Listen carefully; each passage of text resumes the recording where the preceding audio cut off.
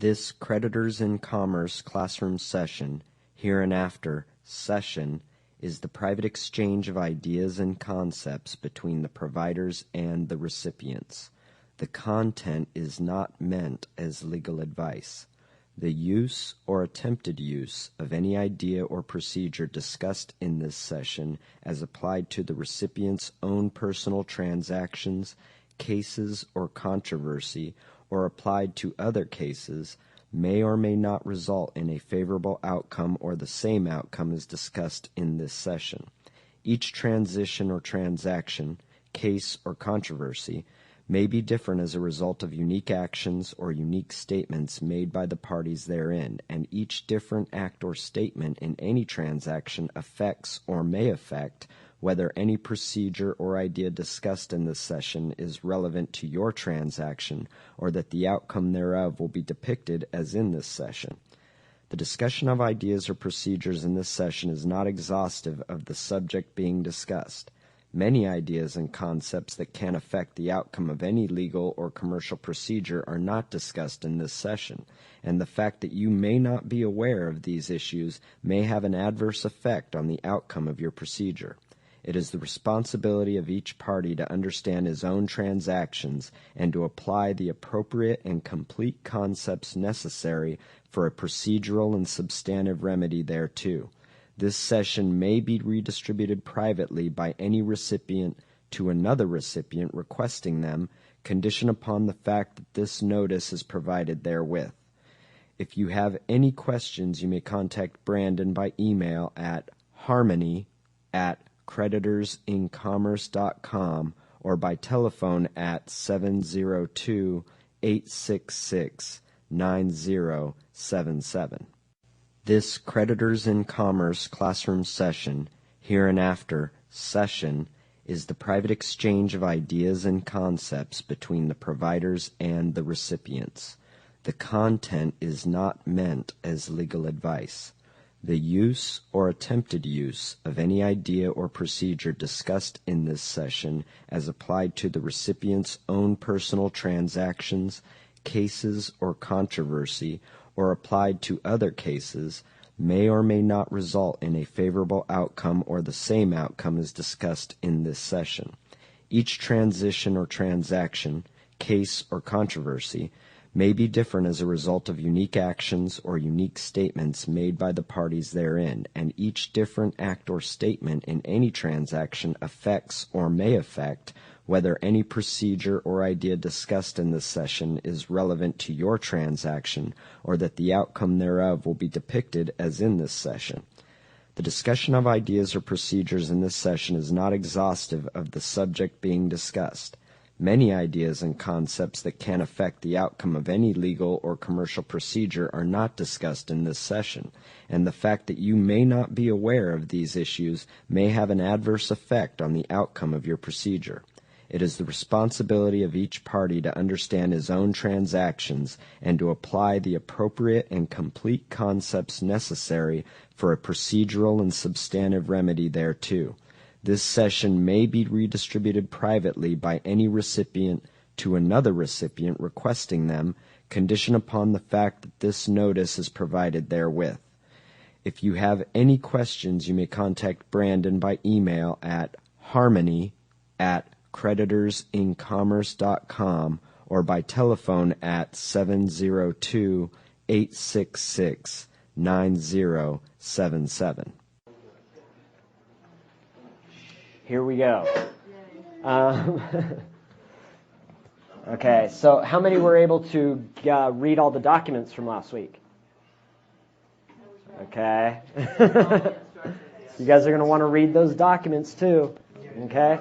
How many of you have started filling out 1099 OIDs? IRS doesn't have 07 or 06. They're on back order. Order them. You have to wait for them. Okay, no. We're not going to do any questions about the OIDs or anything yet. Let's wait till the end. We'll start going into the OID and the 1099A, and we'll do all that near the end. And I know you guys have a lot of personal questions and whatnot on that. Today we're going to start with good old jurisdictions and how they relate. If I could fit these on here. Okay. We're going to call this one up here jurisdiction X at the top. And call the one in the middle jurisdiction A. We're going to call the one in the bottom jurisdiction B. Okay? Jurisdiction X is the original jurisdiction. Original. Jurisdiction A would be, what would I call that? The private or international. This is where the birth certificate trust is. And then jurisdiction B we'll call public. And that was created by your SS5 Social Security form. It's a different trust. So here in jurisdiction A, you have John Smith in proper English, upper and lower case. Okay? That is a corporation. It is a vessel. It is a private international vessel, but it is a vessel nonetheless evidenced by the birth certificate. Okay? Down here in jurisdiction B, we have John Smith, all capital letters. And that is a separate corporation. You were given the original corporation. When your parents filled out an application for live birth, they said, yeah, we want a vessel here for our child to do business and commerce. And then the U.S. approached you and said, hey, we got this great deal. You come join our corporation. You give us your exemption, which you have with the Treasury, and we'll give you all the things you need. Okay? So, and in jurisdiction X, there are no corporations. That's basically that'd be living contracts between living people. Okay? So we'll just call this living contracts in jurisdiction X.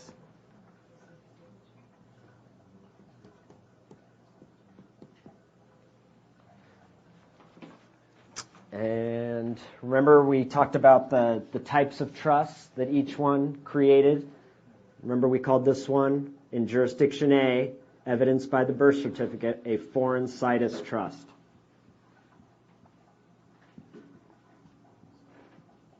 Okay?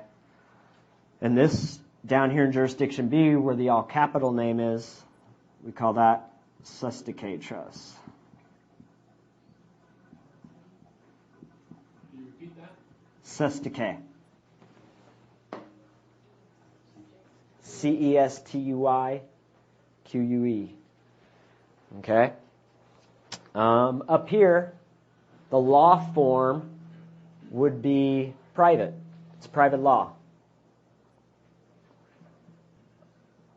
You can call it common law of the land, but in reality, the law is whatever the parties make it to be. So if me and Joe Blow have a contract and it has nothing to do with our corporations, we're not looking for any kind of limited liability or protections of some outside party, because when you make a contract with this entity here, guess who's always a party to the contract? The United States, the state of California, any and all municipalities and agencies. You're making them a third party of the contract. Who's ever heard of a marriage license? Okay, marriage license is basically a corporate, what do you call it, merger. It's a corporate merger. Basically, the husband is suing the wife to absorb her corporation into his own, and they become one corporation together. And that marriage license is the state saying, yeah, it's okay for you to do this merger. Okay? Yeah. Technically, it's polygamy. Okay, so you guys have heard the term straw man? I'm sure. Both of these are straw men. Okay, they're both corporations, both in jurisdiction A and in jurisdiction B. I'm getting feedback here. So the foreign situs trust, evidenced by the birth certificate, is a straw man, but he is private. Okay? When you got into your contract and created the SS5 entity, you did it with this entity up here. They had to give you a legal identity in private in order for you to contract down here. So they had to create an international vessel in jurisdiction A. That international vessel formed a contract with the democracy, the corporate United States, and formed a Sestake trust, which is like an implied trust, through your SS5 agreement. Okay? Law forms, we set up on the top in jurisdiction X, we have private law. It's the law of the contract, whatever the parties decide. In jurisdiction A, we have admiralty. Very good. Yeah, I got students who learn. Admiralty. Admiralty equity. Okay? And jurisdiction B? Statutory. Very good. Oh, wait, did you print up the documents? Okay. Okay, he printed up the documents for the class early. Tonight? Yeah. Statute.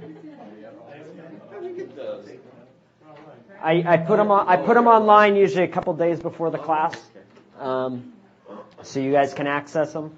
Those of you on the phone, if you're on the email list, I'll send you an email to sign up for a private site where we give access to documents that we discuss and go over in each class.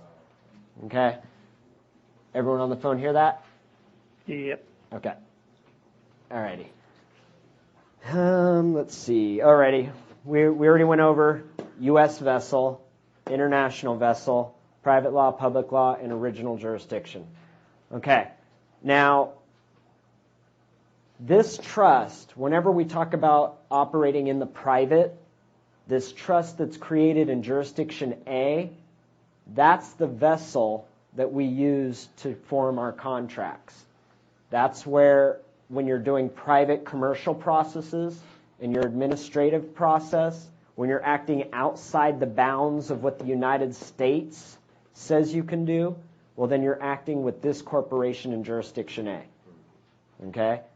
When you're signing a loan document or anything that has to do with the state or the United States or any other public entity, whether it's a corporation within the United States or founded upon the laws of a state or have their articles of incorporation within a state, then you're dealing with the entity in jurisdiction B.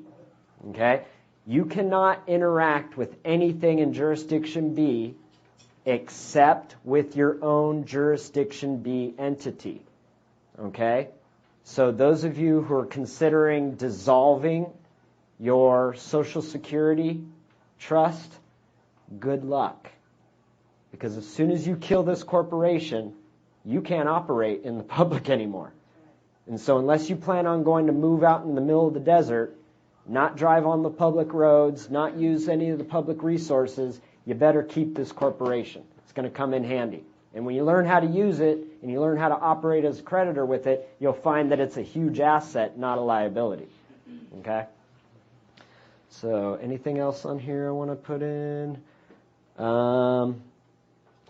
If we were breaking down the actual citizenships, this entity in jurisdiction B with the all capital name, this would be the U.S. citizen. Okay? I'm sure you've seen, requirements like on the lottery. What are you required to be? U.S. citizen. So they're saying to play the lottery, we don't care if you were born here. You got to be signed up on the SS5 to play the lottery. Okay? If you don't have one of these public entities, you can't play the lottery because you don't have limited liability. See, this entity here has limited liability insurance. That's really what your Social Security is. It's social insurance. In fact, in most other countries, it's called social insurance. Okay? This entity would be considered a state national. And this is the entity in jurisdiction A. Okay? So if you were born in California, you would be a California national with this, and this entity is a California national. Okay? And I think that's all I need to mention about this. Which citizenship is jurisdiction A? Jurisdiction A, citizenship is it's a state national. No, not necessarily. There is some ambiguity when you look at the 14th Amendment. You may be considered a citizen of the United States, but that would only be by virtue of you being a state national. Okay? So just so you don't get confused, because a citizen of the United States might not be the same thing as a U.S. citizen. Okay? But I'm not going to profess to know anything about that. I didn't set it up. This trust down here, actually I'll go over this. Actually, I think I already did. When you establish this trust, you basically co-partnered with the United States. So they became beneficiaries of this trust up here. Okay, so the trust of jurisdiction A got into a contract with the United States, created the trust in jurisdiction B. I got to turn down my levels here. I'm getting too much feedback. Let me make sure. Everyone on the phone still hear me? Can you guys hear me okay? Anyone? Yes. Yeah. Okay. That's Yeah. fine. All right, Can hear just wanted to you. make sure. Okay. So, where was I? Okay, so when you co-partnered, you created a new trust, okay? And they became beneficiaries on this trust, or co-beneficiaries with you on this trust. Okay, when I say you, I'm actually talking about the Jurisdiction A Corporation, because you aren't on here. You are the thing that makes distinctions. These things are distinctions, so they can't be you. They're legal entities. They're not you. So you may think that this name means you, but it doesn't. You have no title in the original jurisdiction. Okay, in jurisdiction X, you have no title. No name, no title. The birth certificate created this trust here in jurisdiction A. So the original jurisdiction has no titles. Private contract, you don't need a name up there. Okay, so I think that's all we need off of this. Yeah, that'll be good. Okay, so now you guys remember the trust breakdown we did on the introduction? How many were here on the introduction?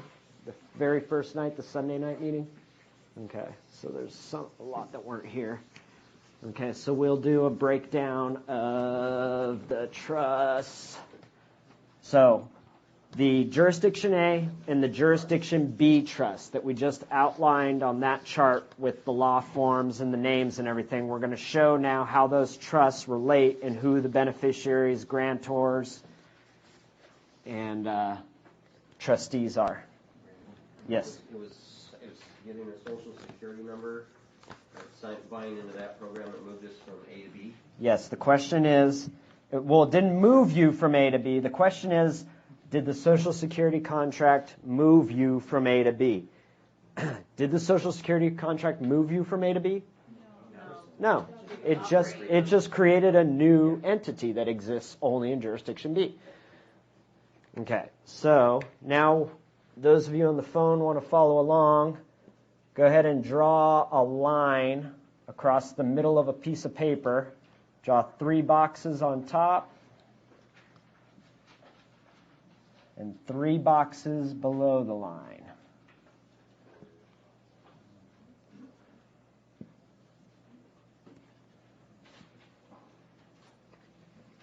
Okay.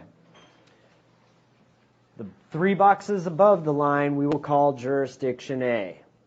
Okay, so this is that foreign situs trust, and we've basically we're illustrating the 3 positions: the grantor, the trustee, and the beneficiary. So the left top box would be the grantor of the private trust.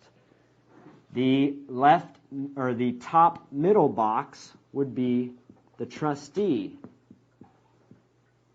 of the private trust. And the top box on the right would be the beneficiary of the private trust.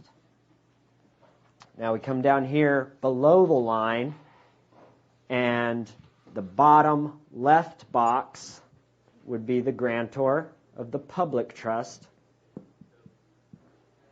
The middle bottom box would be the trustee of the public trust.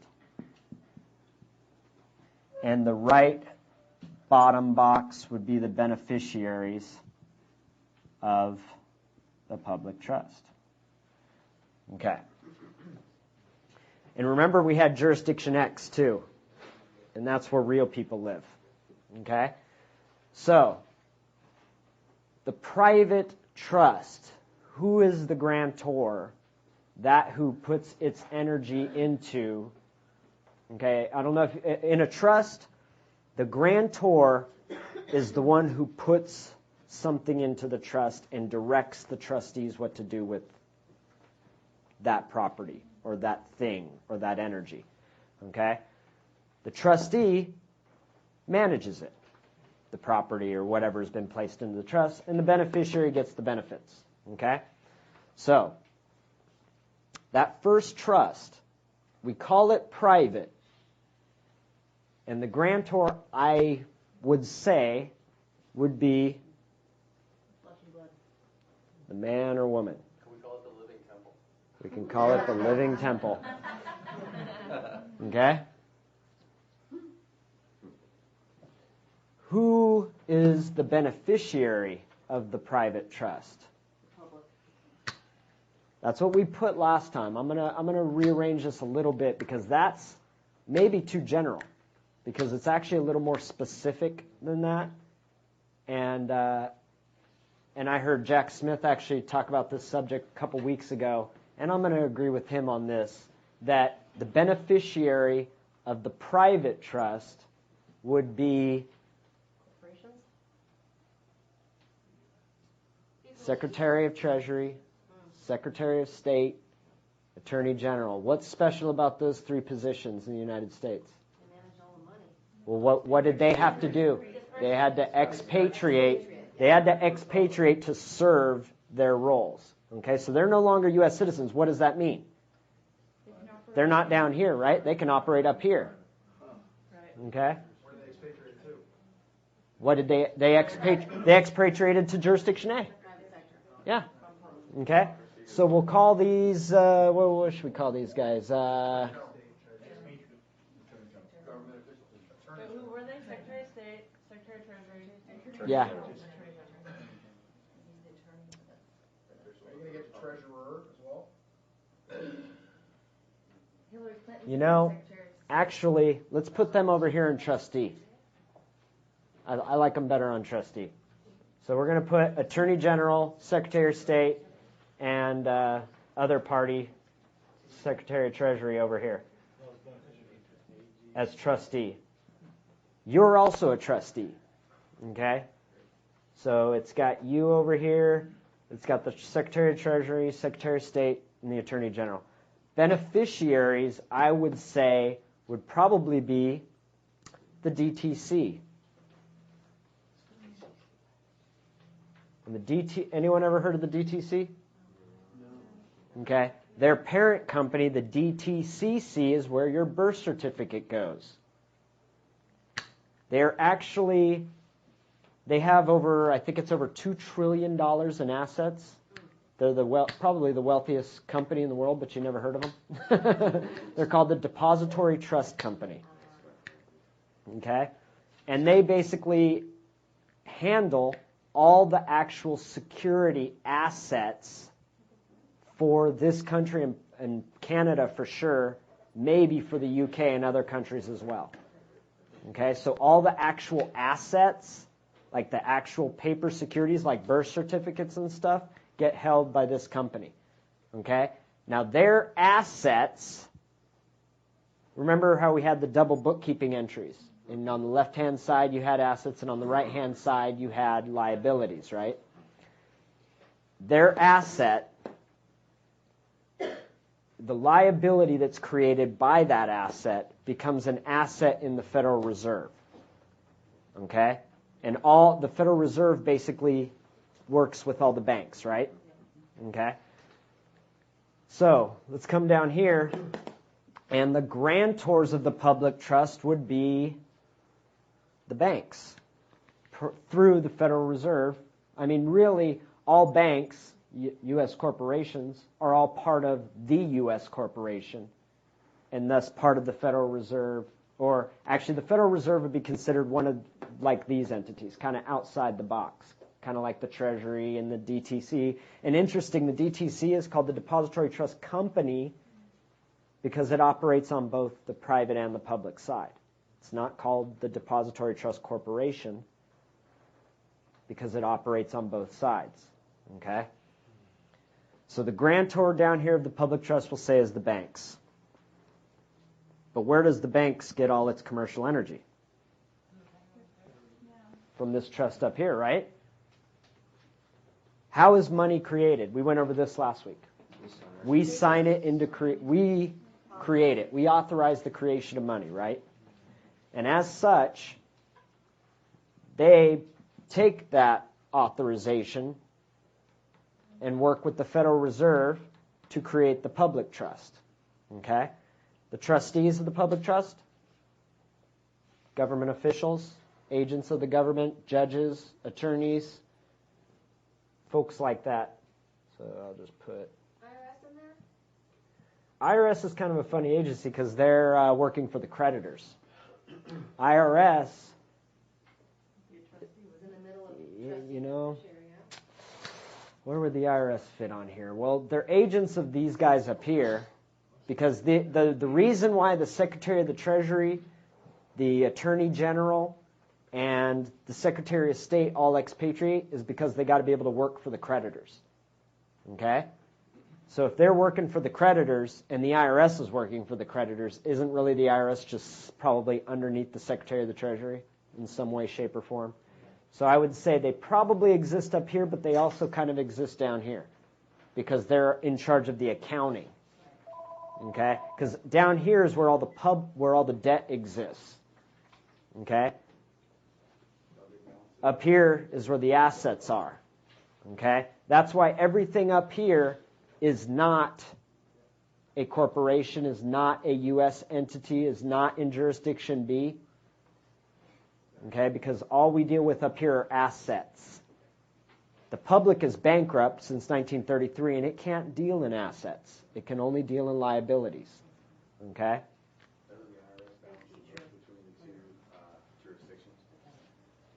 Yes. And who would be the beneficiary of the public trust? The people. Yep, the people. So all these corporations and banks and all these things were set up for you, for your benefit. Okay? So, we got that. Where's the DTC, would you say, is located? DTC is on Water Street, 55 Water Street, New York City.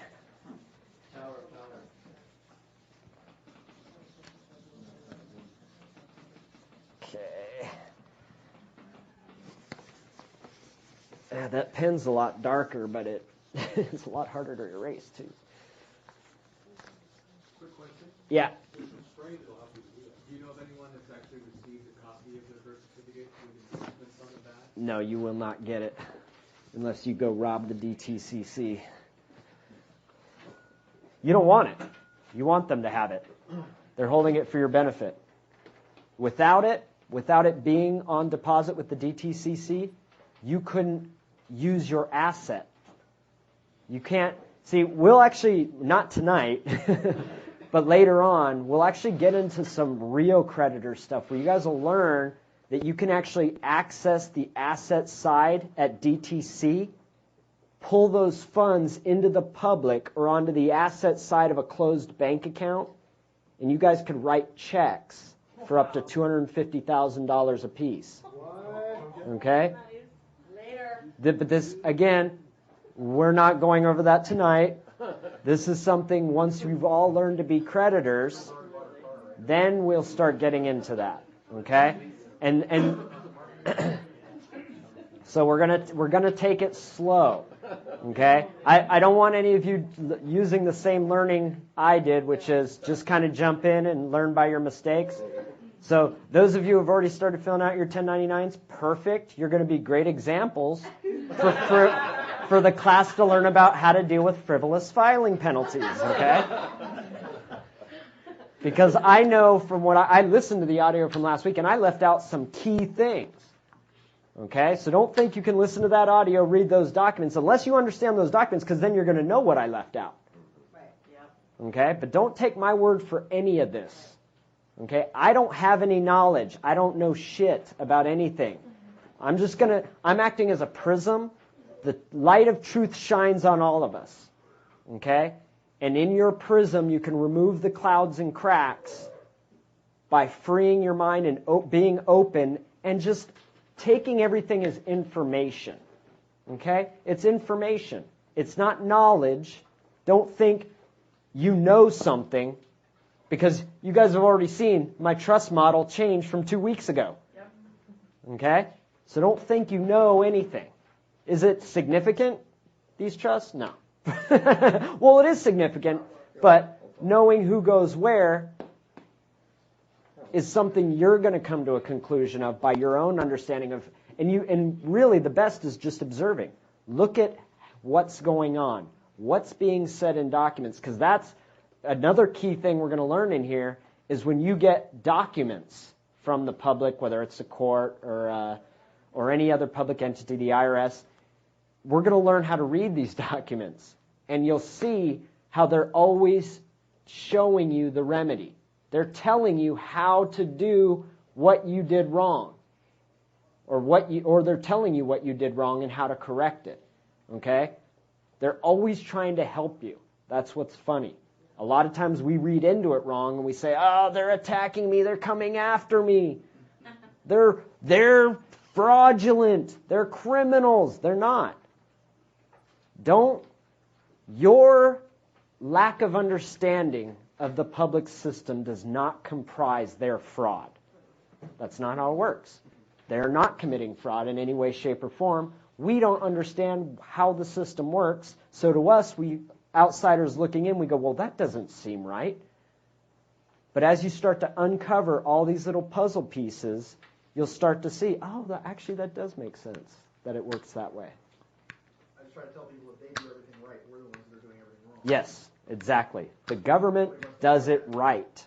They're doing it right most of the time. But if one party doesn't... Wait till you're on the mic. It's an interesting concept about the fraud, because I'm wondering if one party withholds information so there's not a true meeting of the minds, then that person doesn't have the necessary information to make a valid consideration of the contract. So in a sense, maybe it could be fraudulent. Ignorance of the law is no excuse. Right. That's one, but the contract itself, if you remain silent or acquiesce or you accept a benefit or a privilege, then you're assumed to know the contract. Just like people like to say, well, we were never told we're in admiralty law. We weren't told that. Victim mentality. But you're walking around with bills of exchange in your pocket, trading them for goods and services, using debt to offset debts. So as far as they're concerned, you're acting like a law merchant. If you're acting like a law merchant, you must be a law merchant. Therefore, you must know what law merchants know. But they don't have to tell you what they're doing. Because if they told you what they were doing, then you would be a lot more powerful than them. And that's not... These corporations exist to make money, to be successful. And if they told you, yeah, did you know every time you write a check, we hold it as an asset and you can claim it back? Or when you sign the promissory note for your house, we're holding it over here in an escrow account? Yeah, all you have to do is claim it back. Or they're going to hold on to it, not tell you anything, wait 3 years, claim it abandoned, and then turn it into reserves. That makes a lot more sense. Like, if you paid me with checks, and I actually just held on to the checks because I'm like, I'm going to cash this in. But I zero your account each time. But I'm holding on to these checks, holding on to these checks, holding on to these. I don't have to tell you that I'm going to take these checks and turn it into more money than you gave me. I don't have to tell you that. It's just your lack of understanding of what's going on with money. That's not my problem. So, some of the documents that you guys will see in your downloads, I'm just going to go over them real quick because we might not actually touch on all of them. But you'll see in there, actually we will go through this. Let's set this aside.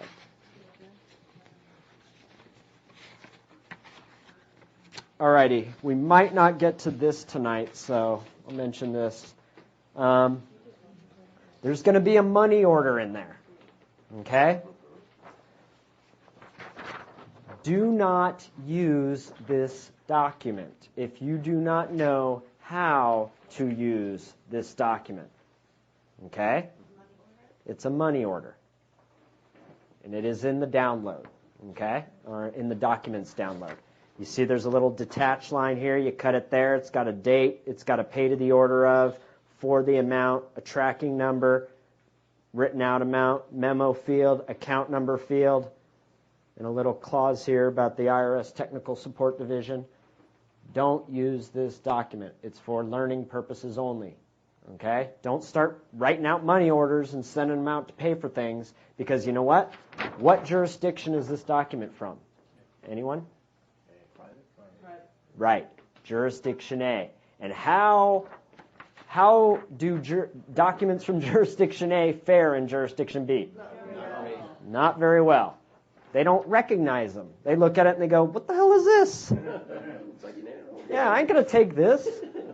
But like I said, this is for you to learn from, because it can be used to perfect claims and things like that from jurisdiction A. And when we start getting into the DTC and how you're going to be accessing these funds and bringing them into the public, then knowledge of negotiable instruments will come in handy. Okay? So also you guys should all be reading the entire UCC if you haven't already. UCC is available online. It is the Uniform Commercial Code. It's basically going to, what it is since we're in a bankrupt society and all we have is debt, can you pay a debt with a debt? No. All you can do is discharge the debt, okay? So what you're doing when you're trading these things around is you're actually perfecting a security interest, okay? Because you're not actually using money, you're not trading anything of value, you're exchanging debts for debts, so it gets into securities, okay, and perfecting security interests. And the UCC has an entire title just on negotiable instruments, has an entire title on security interests, okay? So you'll start to see that a lot of the UCC is very relevant to what we're talking about. And when you understand the UCC, it's actually a very small piece of law. It's not like the U.S. Code. Okay, U.S. Code is quite extensive, and it could take you a while to get through the U.S. Code. But the UCC is not that big. It's actually very, well, as far as I'm concerned, it's a small set of code. You can go through the entire thing within a couple days. And when you understand that that's really what overlays your entire system, when you get into warehousing law, that's all about the prisons. Okay? Because you're putting up your surety, your vessel, to be held in a warehouse by your creditor for your debts. So you'll see how to get people out of prison by just reading the UCC. Okay? That's how powerful that piece of code is, because it's a standardization of private commercial law or private international law, the law of commerce that governs transactions between nations. In order for foreigners to be able to perfect their security interests here in the United States, we had to adopt this common law form for commerce. So every state adopted the UCC. So the UCC itself is actually, you can't point to it as an authority because it has no authority. The UCC itself is just a guideline, and each state adopts it. So there's the California Commercial Code, but the California Commercial Code is the UCC put into the California Code with its own numbering system. That's it. That's all they did. So every state, in order to be in international commerce, had to adopt these laws in order to operate in commerce. Okay? So don't use the money order. There's a great document in there everybody should read. It's like 50 pages or something. Yeah, 50 pages. It's called What Does Accepted for Value Mean? Okay? What does accepted for value mean? And it is a great document. So I would highly suggest reading through oh my gosh, it's even already got highlights in it for you. There you go. You can't beat that. I didn't highlight it though, so be careful. And you guys, a lot of the documents you get, a lot of them are off. There are elements of some of these documents that are not right. But you should be able to distinguish with the heart of a creditor what's right and what's wrong with these documents. As soon as any of these documents start talking about the fraud of the government and how we need to collapse it, and okay, that's the wrong path. Okay? And if that's your intention, I wouldn't suggest it. I mean, Iraq can't beat us. I doubt you're going to beat the United States at anything. Okay? So think about that. That's what you're doing. You're going to war with the United States. So don't go down that road. There's a lot of people out there that's their come from, is the United States is wrong, they're the bad guys, and I'm going to battle them tooth and nail, in the courts, out of the courts. I'm going to write documents that attempt to put liens on judges and IRS agents. Every time you guys see a document, well, I don't know if you guys, because you guys may have not been exposed to this whole patriot movement and redemption movement and commerce yet, but as you start to get involved with these groups, you'll start to see things going around that have, this stuff doesn't work, watch out, so-and-so just got arrested. And you go read what so-and-so did, and he put a lien on a couple IRS agents, he put a lien on a judge. He's going to war with the United States. Okay? Not smart. So keep that in mind. Creditors always bring a remedy. They're never going to fight about anything. You're never going to argue about anything. Whenever you're confronted with a controversy, you're going to ask questions in order to solve that controversy, to bring a remedy for that problem. That's what a creditor at heart would do. That's why I stress so much about this being a spiritual thing, that if you're not a creditor in your heart, you're not giving, you're not loving, you're not forgiving. Isn't there a new form of criminal that's been created as a result of that? Yeah, there's actually the whole commercial redemption movement mixed with the patriot movement created a new form of terrorist known as a paper terrorist. So that's how powerful some of these documents are. You're considered a terrorist if you use them. Okay? Keep that in mind. Also, you'll see in there a bond for a birth certificate. We've talked about accepting for value the birth certificate. Let's go into that a little bit. What is the birth certificate? What is a certified copy of the birth certificate that you get from the county? It's a bond. It's a bond. It evidences title. Anything else? We'll go with that. Okay, so it's a bond and it evidences title. Who's got the title? State. DTC. Where did you get the birth certificate from? Yeah, you got it out of the county records, right? So either the county has title to the trust. Remember, it's not you. Even though your vessel is evidenced on the application. What kind of whenever you have anyone ever heard of a manifest? Okay, well, you manifest it into commerce, and when you manifest it into commerce, what did they do? They took your measurement, they took your weight, right? They said, okay, it's a vessel of about this size, it's a vessel that weighs about this much, and it's got feet that look like this. Okay? That's the application for the certificate of live birth, okay? Or the application for live birth. So that application created the corporation, which was now suretyed by this vessel that weighed so much and was so big. So that trust and that document of title being held at the county, let's write a birth certificate up here. Okay, so this is birth certificate. Okay, so the birth certificate, our jurisdiction A corporation, is a document of title. It's being held in the county records.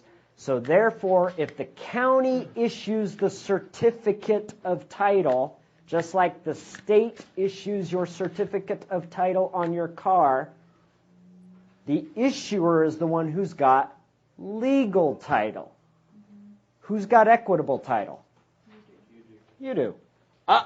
Actually, until you partnered up with the United States.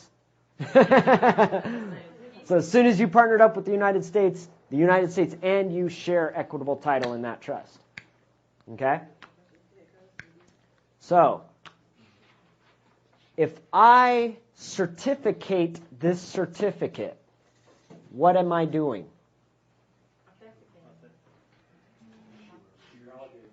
Taking ownership. Taking ownership. Interesting word. And by ownership, do you mean legal title? Yeah. Possession. Yeah.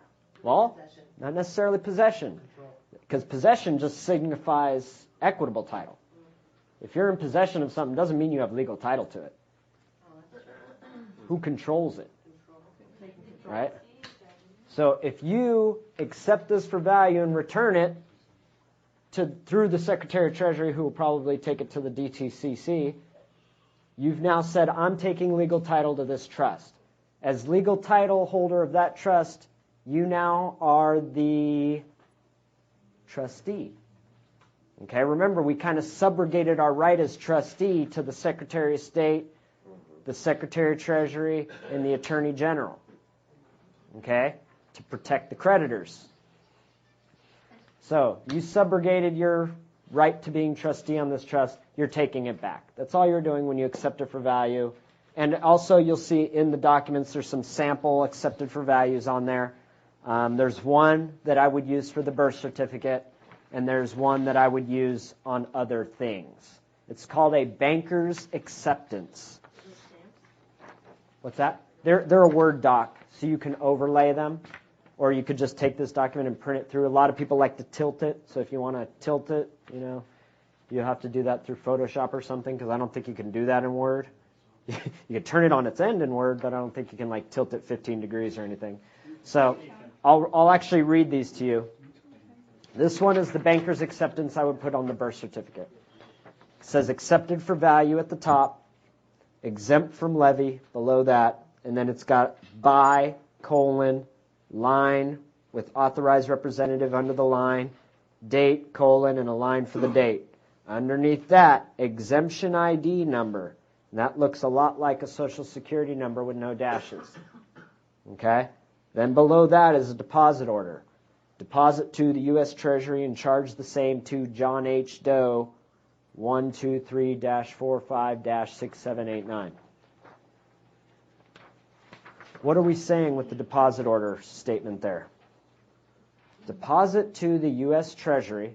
And this is what would be on the actual birth certificate. So we're saying deposit to the U.S. Treasury. So we know it's a bond. We know it's a document of title.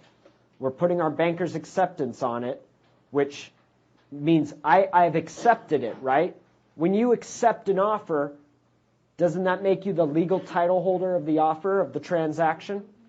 Okay, so you accepted the offer. County offered you the bond. You accepted it for value. So now you're the controller of the transaction. And then deposit to the U.S. Treasury and charge the same to. And then it's got this name in all uppercase, the U.S. vessel, with the U.S. vessel's ID number. Charge the same to.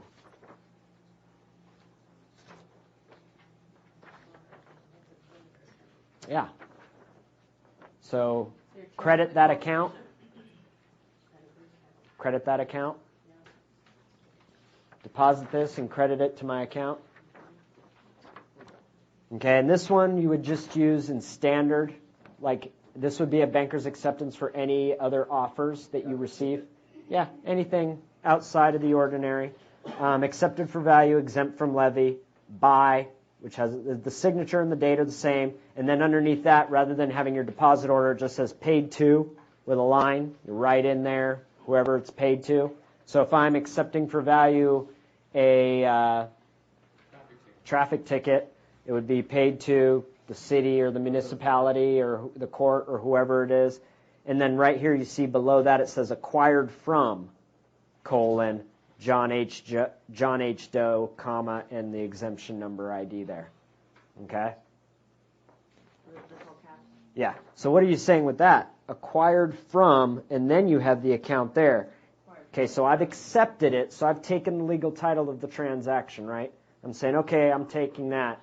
And really, if you accept it and then you return it, haven't you just turned that into the payment? Yep. A debt for a debt, right? In bankruptcy, they accept debt for debt. When I accepted it, I turned it into money with my signature by acceptance. Okay? Doesn't it become a negotiable instrument at that point? Yeah, it does. If you put a banker's acceptance on it, it becomes a negotiable instrument, especially if the offer had a dollar value to it. Yeah. Okay? So, the birth certificate, where did I put the bond? Okay. What is that acceptance number that you have on there? I mean, what do we use if we pass it? The question is, what is the number on the acceptance for value statement? It's your exemption ID number, which is, depending on how you write the number, it could be your social security number if you have 2 dashes in it, after the 3rd number, after the 5th number. That's the social security number. If I take the numbers out and push all the numbers together, it becomes an EIN. Okay? If I just have 3 numbers and a space, 2 numbers and a space, and 4 numbers, then it can be considered another number for another kind of transaction. Okay? So it can be used in several different ways, but it's always that number. Don't think that number is only your number. And it's not your number. Whose number is it? It's the IRS's. Or no, actually, it's probably the United States number. Maybe, but I'm thinking it's probably the United States because what created the number? The SS5. Right. SS5 is a United States entity. Because the SS5, even though it sounds like an IRS form by its form, because what's funny is the IRS has a form just like it called an SS4, which is for getting EINs. But an SS5 is for the Social Security Administration, not the IRS. So I thought that was kind of interesting that one form is from the IRS, but the other is from the Social Security Administration. Okay, so EIN, Employer Identification Number.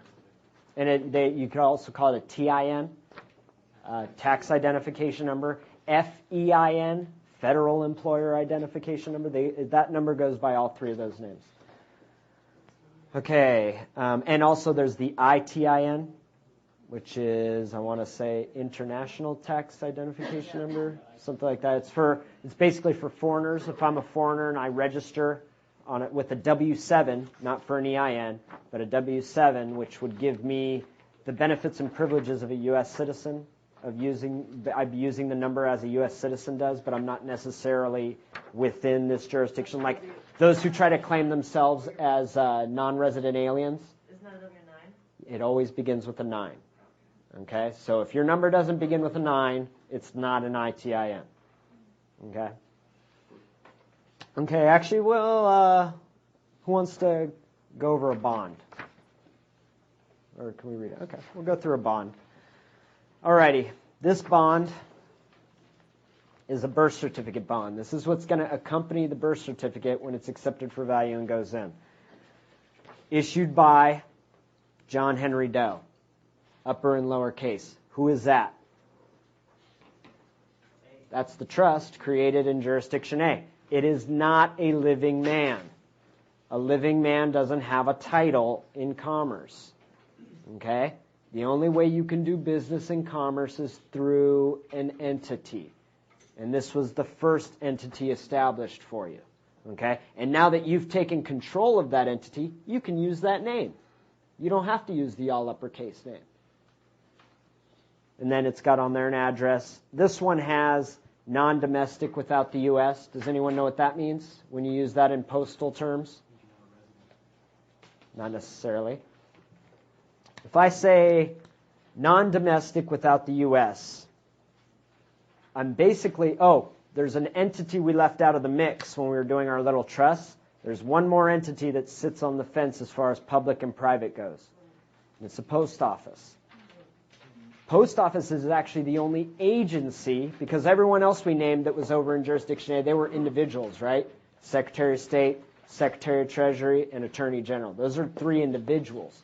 But the actual post office operates on both sides, because the post office has actually had to exist before the democracy did, because it's the post office through which international commerce happens.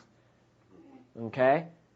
So the post office has the capacity to work in the republic and in the democracy.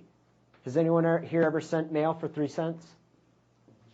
Anyone here ever know you could send mail for 3 cents? Yeah. What's that? No.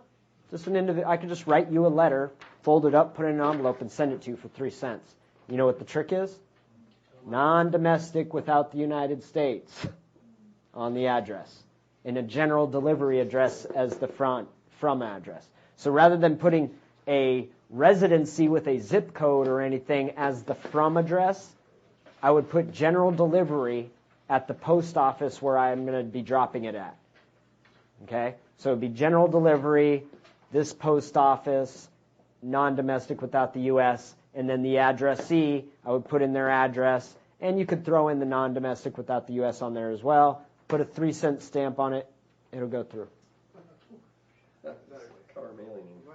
Randy, you might also want to explain that that's because it was never changed from the Constitution when the post office became a corporate structure in 1971. Yeah, the post office was basically, if you read the Articles of Confederation and documents of that like, you'll see the English language is a funny thing because it can be used to manipulate. And we're very ignorant. Like how many of you have seen the movie Idiocracy? Great movie, right? That's if the founding fathers were to travel into the future and come to our time, they'd be feeling a lot like the guy in Idiocracy felt.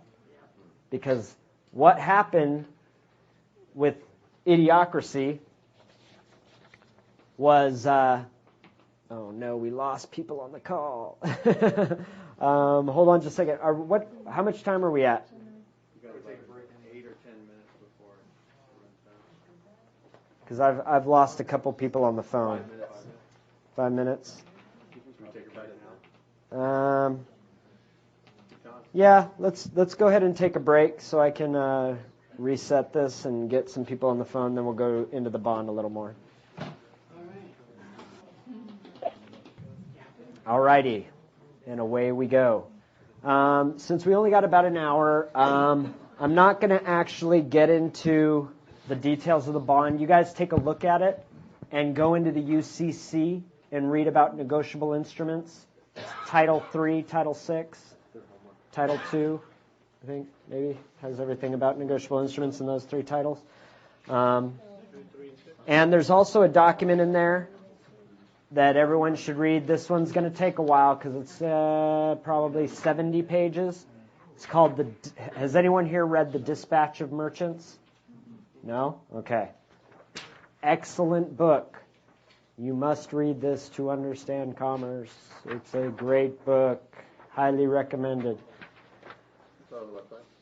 Yeah, it'll be part of the download. Oh, no problem. And just so you guys know, just to reiterate that every week the actual downloads for the class are usually up there the day of the class. Like I might actually have them up 3 or 4 days before the class, but sometimes I'll change a document, I'll add to a document, or I'll add a couple more documents. So if you downloaded them before this afternoon, you're going to want to go back and check to see if I changed anything or uploaded anything new. Okay? Because a lot of times I'm like, oh, that's what Dispatcher Merchants was one of those documents. I got that and I'm like, oh yeah, I should throw that in there. Kind of, works perfectly for where we're at. Alrighty, so instead of going into bonds, any questions regarding what we've covered here tonight on birth certificates, the trusts, the corporations, plural? Yeah? Hold on, microphone. It's a silly question. I hate to have it on. Is it like we take our certificate back? We're going to actually have new ownership of our birth certificate? Is that what this is? You're taking legal title to the trust that was created. Right. Remember, it created a trust. It's a foreign situs. So we're going to get trust. it back from the Secretary of State, from No. the DTC. You're going to go to the county. No. You won't get the original. Okay. You're going to go to the county and get a certified copy, and that's a bond. Okay. And then you're going to accept that for value and send it into the Treasury, and with a bond that goes with it. Okay. So you'll see in the download, you'll see there's a bond for a birth certificate, there's a letter that goes with it, and there's the acceptance statement itself that you would put on your birth certificate. Make sure you get the certified copy out of the county. Okay, because that's the one that's a bond and has a bond number on it. Do you have a stamped acceptance for value? Do you have one made, or? I have a stamp. You can have a stamp made. If you go to staples.com, they have like build your own stamp section. You can go in there and build your own stamps. Okay, and then if we use a stamp, is there a particular spot where we would put it on the certificate of live birth? No. You want to put it in a spot where it can be read, but not necessary. I always like to stamp the backs of documents too, kind of like an endorsement. Can we use an old copy of a birth certificate that we have? Is it a certified copy? I'll check to see. I think I do, yeah. Okay, yeah, you can use that. Copy of birth certificate, a bond, And a letter. It's a cover letter. just a cover letter. Mm-hmm. And everything you do when you're operating, remember, what jurisdiction is that transaction happening in? Private. A. Okay? It's happening in private. Whenever you're doing transactions in jurisdiction A, you want to use registered mail. Okay? Registered mail is international and works on the private and the public side.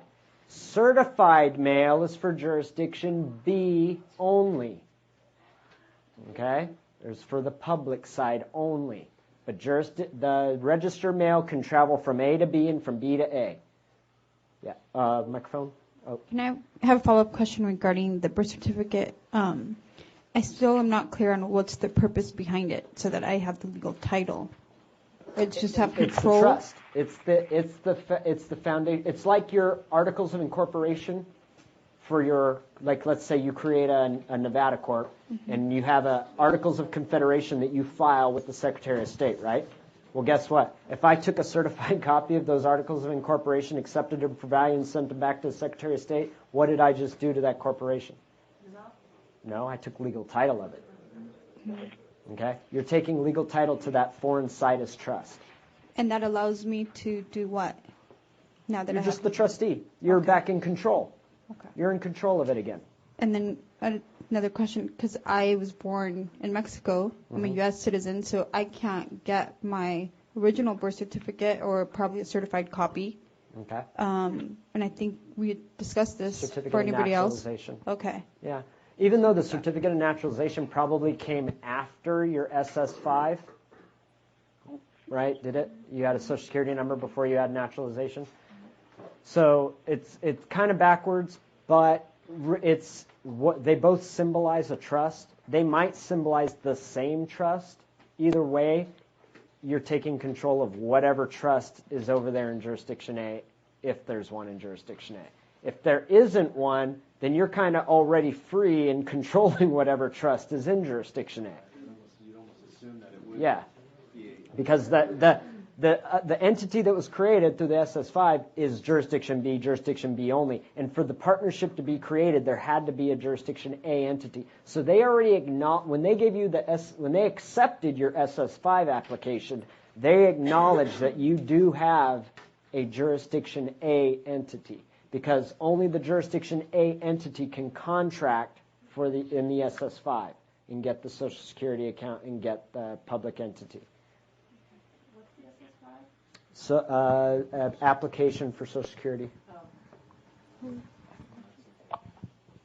Any other? Oh.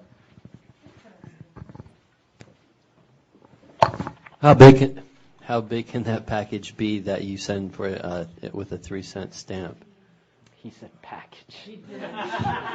I know you said letter, it's got to but be like a number 10 envelope. Yeah. Like it can't be any bigger than that. You can't send like a box and put a 3-cent stamp on it and it's going to go through.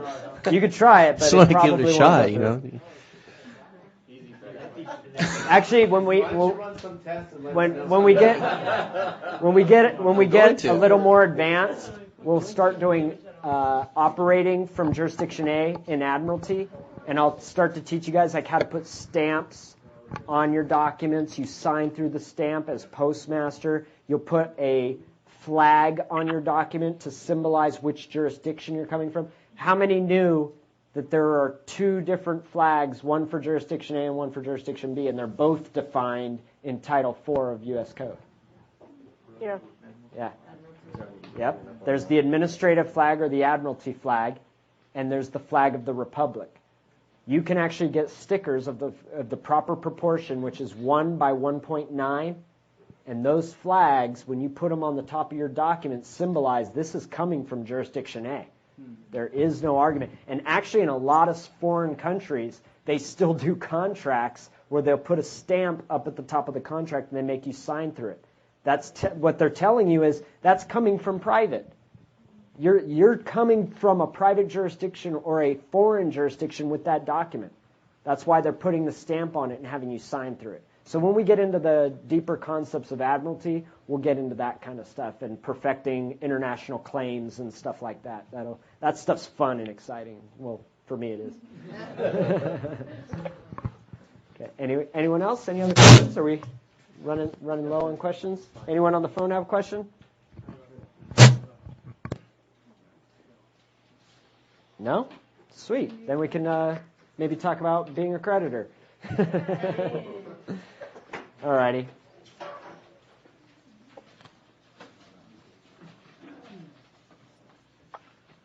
Okay. So how many are excited to start filing 1099 OIDs? Yay! Okay. How many of you are ready to field a visit from Treasury agents? Wow, a lot less. So, this is where being a creditor comes in. It's very important, you guys. When you get being a creditor, that won't be an issue. There won't be the fear because the questions, and I don't know how many of you have heard that creditors always ask questions. Debtors make statements. Okay? Well, as a creditor, it's not like I'm going to give you a magic list of questions like, here, keep this in your back pocket. And as long as you've got this list of questions, you'll be all right, because that's not how it works. The questions will be natural to bringing a remedy.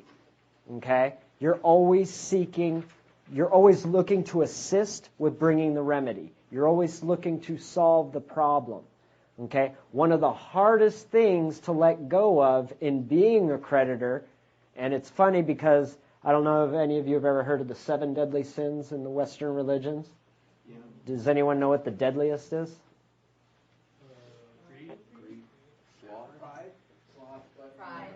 Pride. It's pride.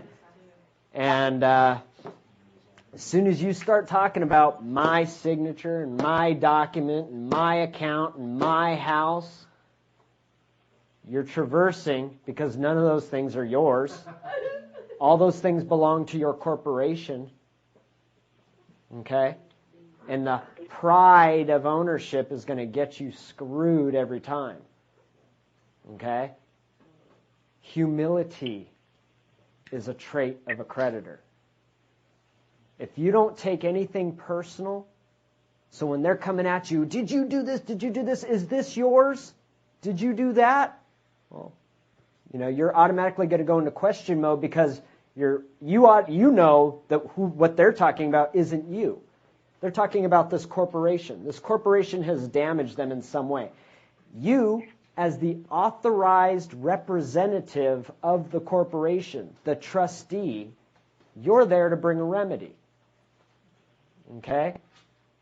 So you would automatically go into a line of questioning about what their position is in regards to that corporation or the damages that have been done or the remedy that is being sought. Okay? So, like I said, I can't give you a magic list of questions, but I can tell you that it's all in your way of being.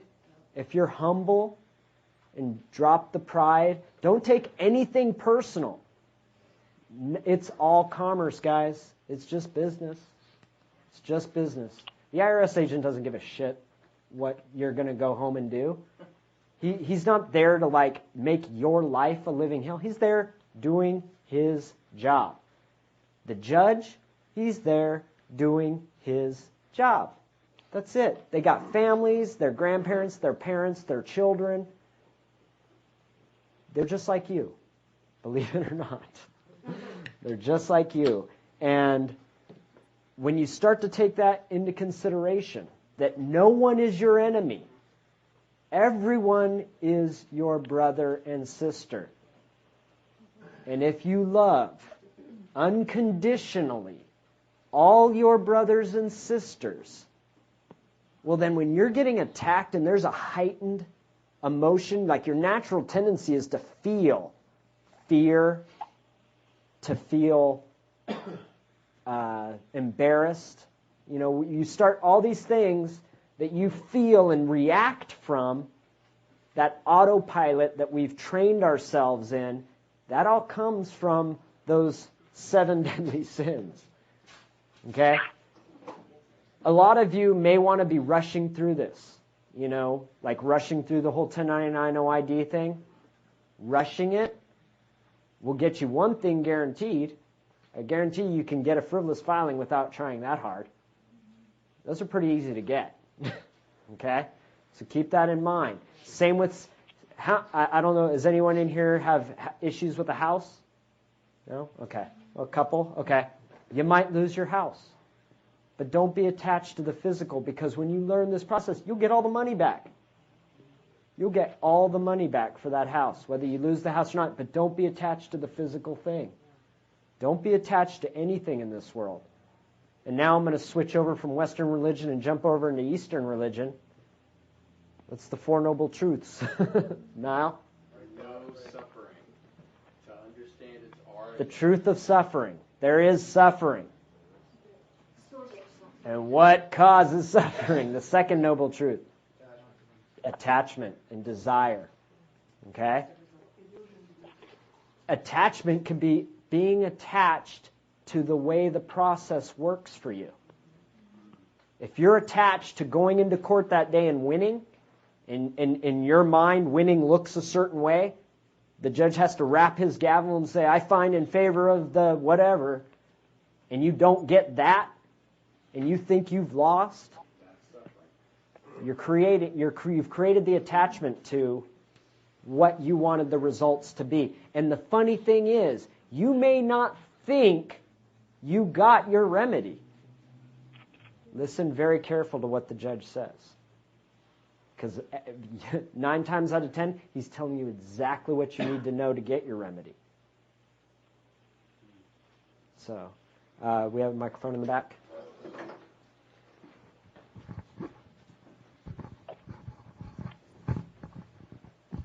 Thank you. Just with what you're just saying, I just wanted to add a piece from the Aramaic, that the Aramaic technology of forgiveness is about canceling goals.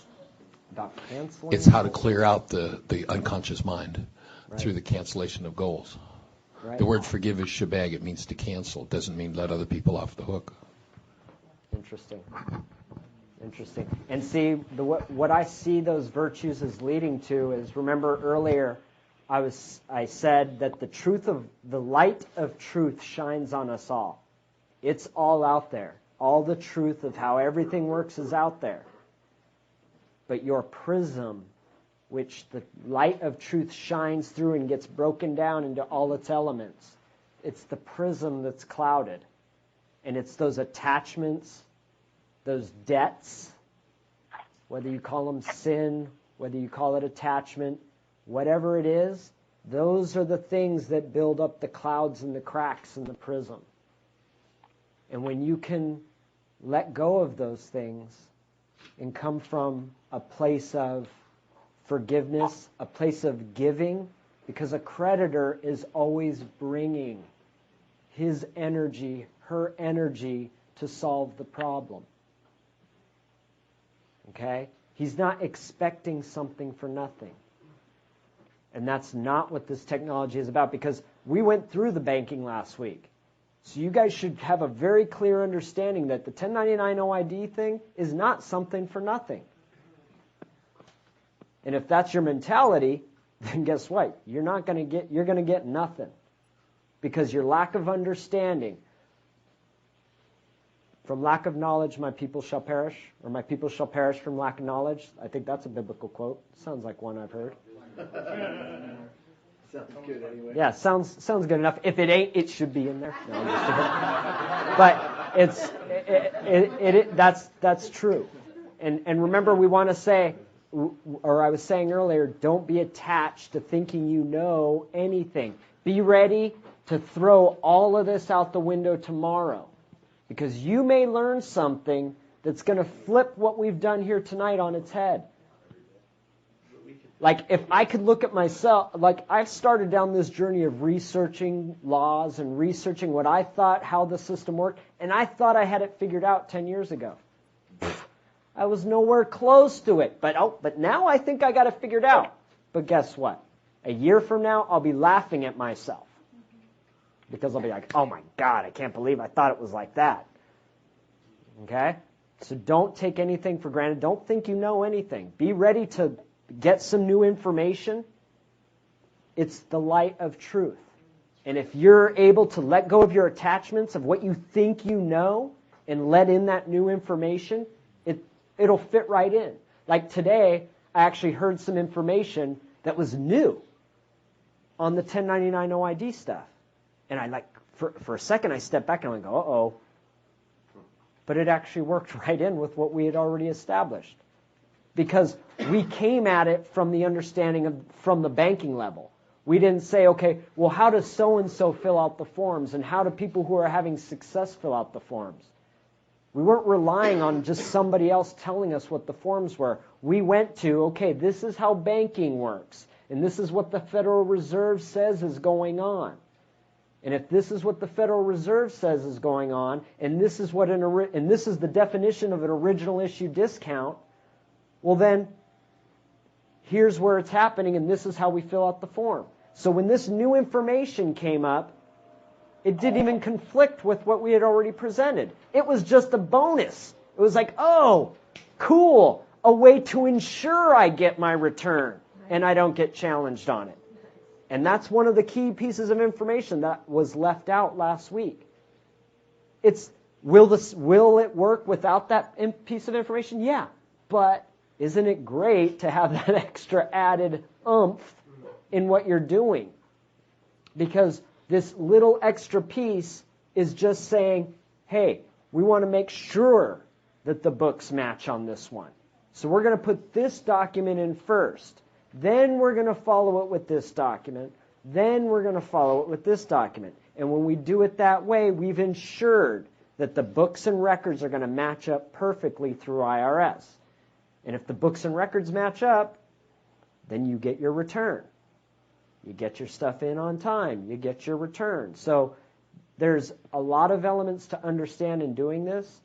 And again, understand the banking and what's going on. Because when you understand it, then it's a no-brainer. You don't have to rely on me or anyone else explaining these things to you. You'll be able to go right to the government forms themselves, and you'll be able to read Publication 544, Publication 1212, and you'll be able to decipher exactly what's being said because you understand the foundation.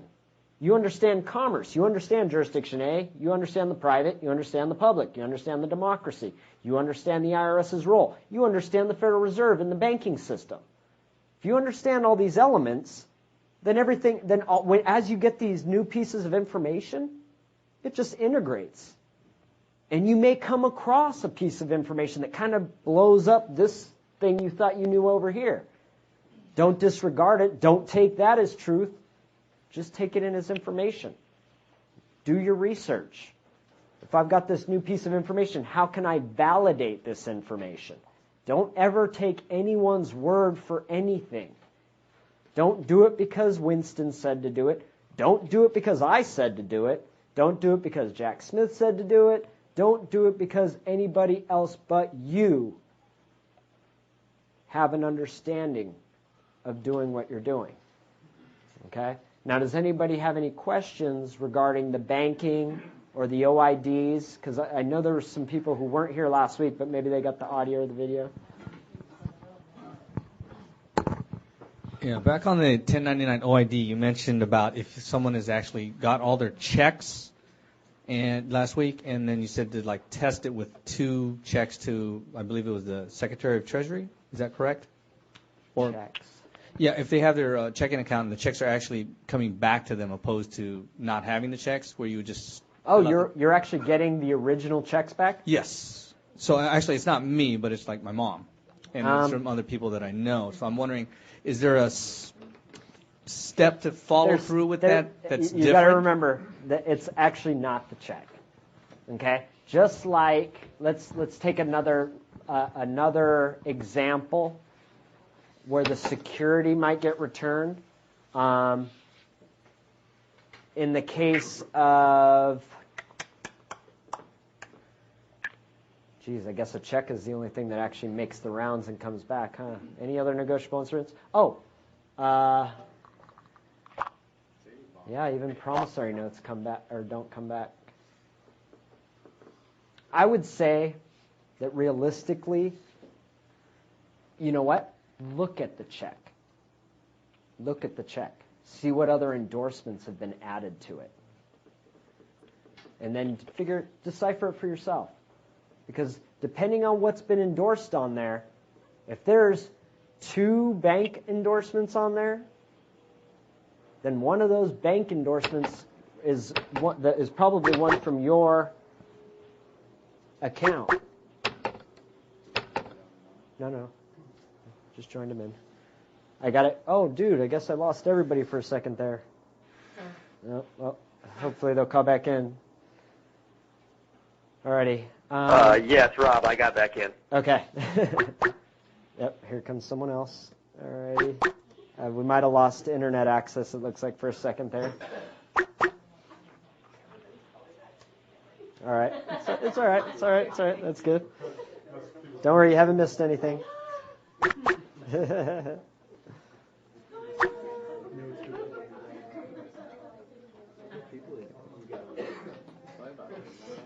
Okay.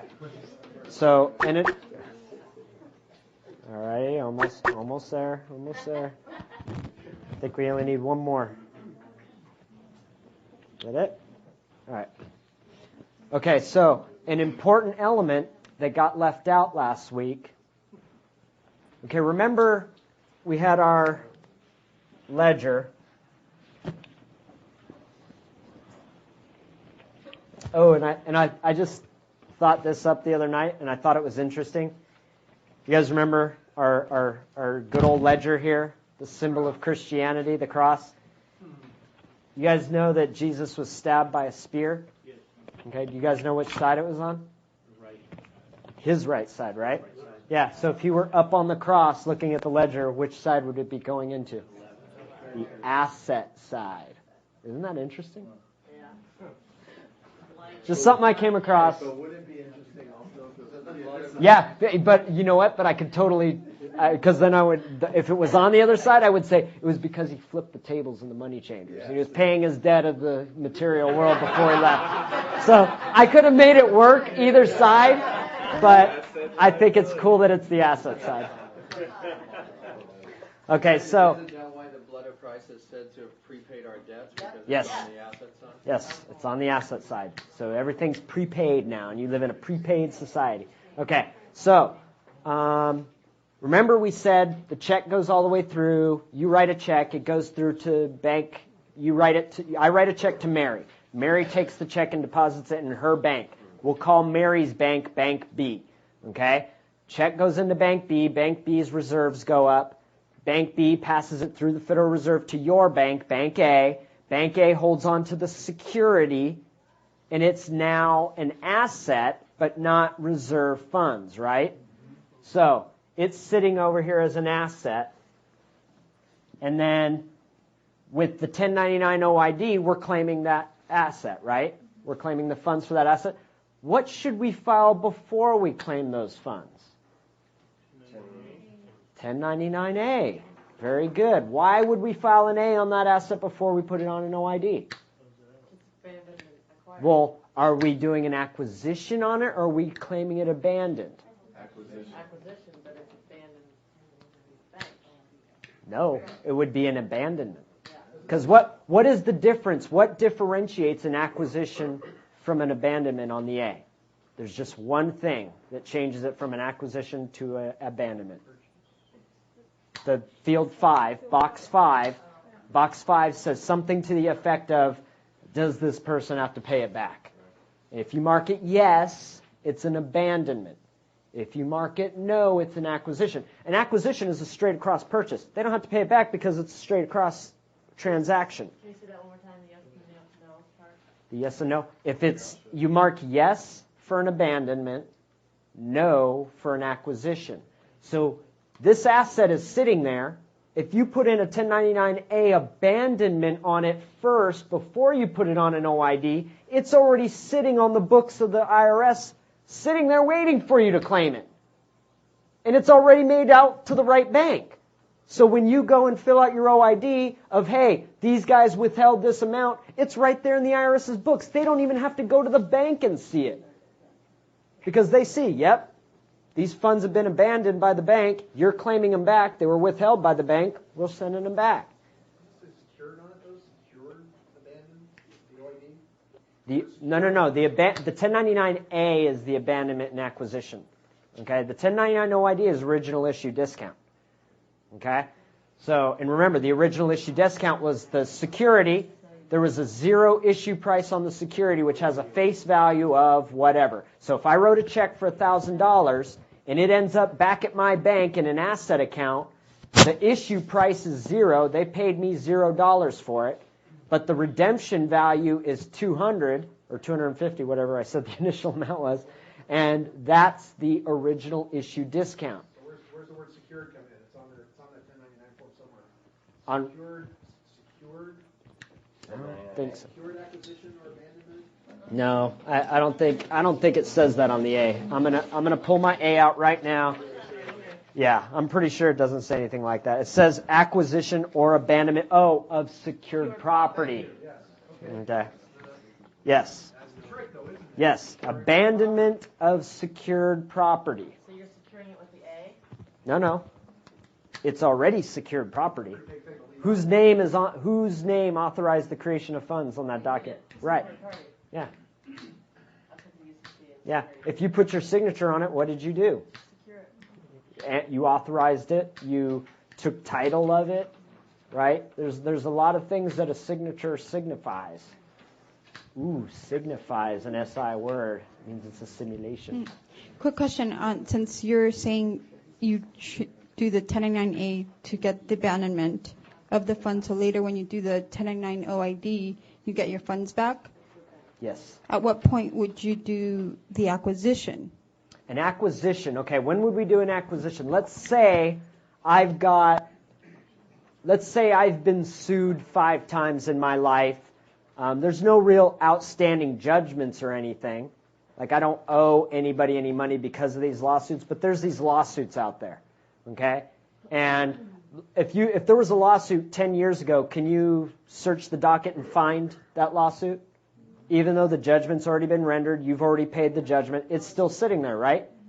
What's holding it there? Because it's an account. A court is a bank. It's still open, right? It's an open account. So what's holding it open? There's an asset. You can't hold an account open without an asset. So there's an asset sitting in that account. So if I'm going to do it, if I do an acquisition of that asset, what happens to that court case? Gone. Disappears from the ledger. Because I grabbed the asset. If you're doing an acquisition, are you then getting, you're not OIDing it also? You're just No. If you're doing an acquisition, you're saying that there is no funds to come back. Yeah. I'm doing a straight across transaction. So you wouldn't want to 1099A acquisition your house, because then you'll never, you wouldn't get paid off. It depends. Okay. What property are you listing on the A? Okay? You mean the deed? Because remember, the A has on it box number 6. Yeah. Box number 6, description of property. Okay? If I was doing it on a court case, the description of property would be, I would probably have case/account number and then put the whole case number in there. For an acquisition? Yes. If it was an abandonment, like on my bank, like, oh, we didn't talk about what we would list the property as for our bank account, right? The property would be the account number. Because there's no way you're going to list all the checks in there. So realistically, you list the account number. Now, remember, it's an abandonment of the funds that are being held on the asset side of that account. Okay? Over here, which, do assets show up in your balance? No. Okay? And did I already talk about how we'll go into actually acquiring funds from the DTC into the asset side of your account? And then you'll be able to use those funds? Okay. The public side of your balance will always show 0 on that account if you're only using the asset side. Okay? Because the asset side does not reflect in the balance on the account. Okay? And that's why when the check came back and got put into the asset, they didn't put it back into your account. Because that asset's being held over here on the asset side, but it doesn't automatically create the liability side. Because it already made its rounds and came back around this way. If you endorsed a check and deposited it, it creates both entries. It creates a liability entry and it creates an asset entry. And that's why it becomes reserve funds for the bank that they can loan from. And that's what you're reclaiming as OID? No, you're reclaiming the checks you write. Oh, that's the deposit. Okay? You can do the deposits, but that's a different process than what we've been talking about. And the technology microphone might be handled differently. So you're saying Jesus is actually coming back. No. Here. Let me tell you this. If you're waiting for salvation or a savior outside of yourself, is that being a creditor or a debtor? Okay?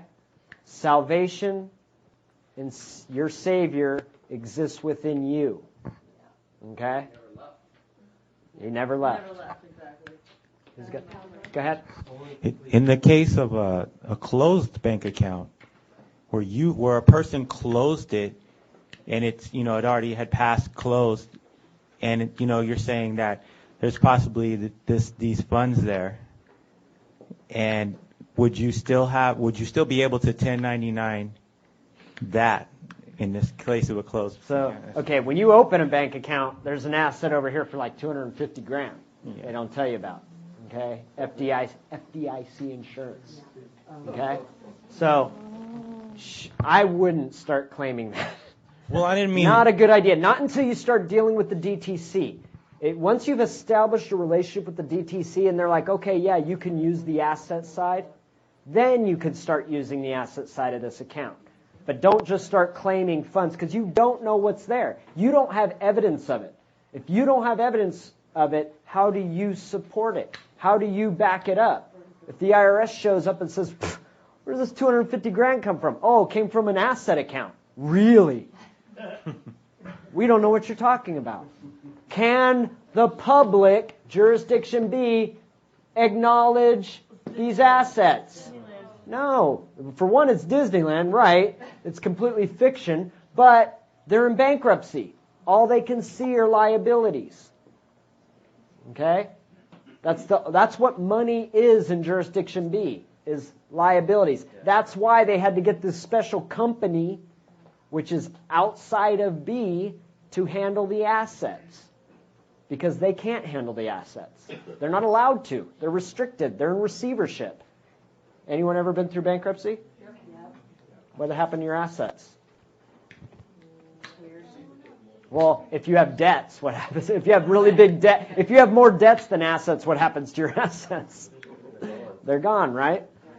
Hey, Brandon, what's the multiple, do you think, between the asset side from the DTC to the overall debt side?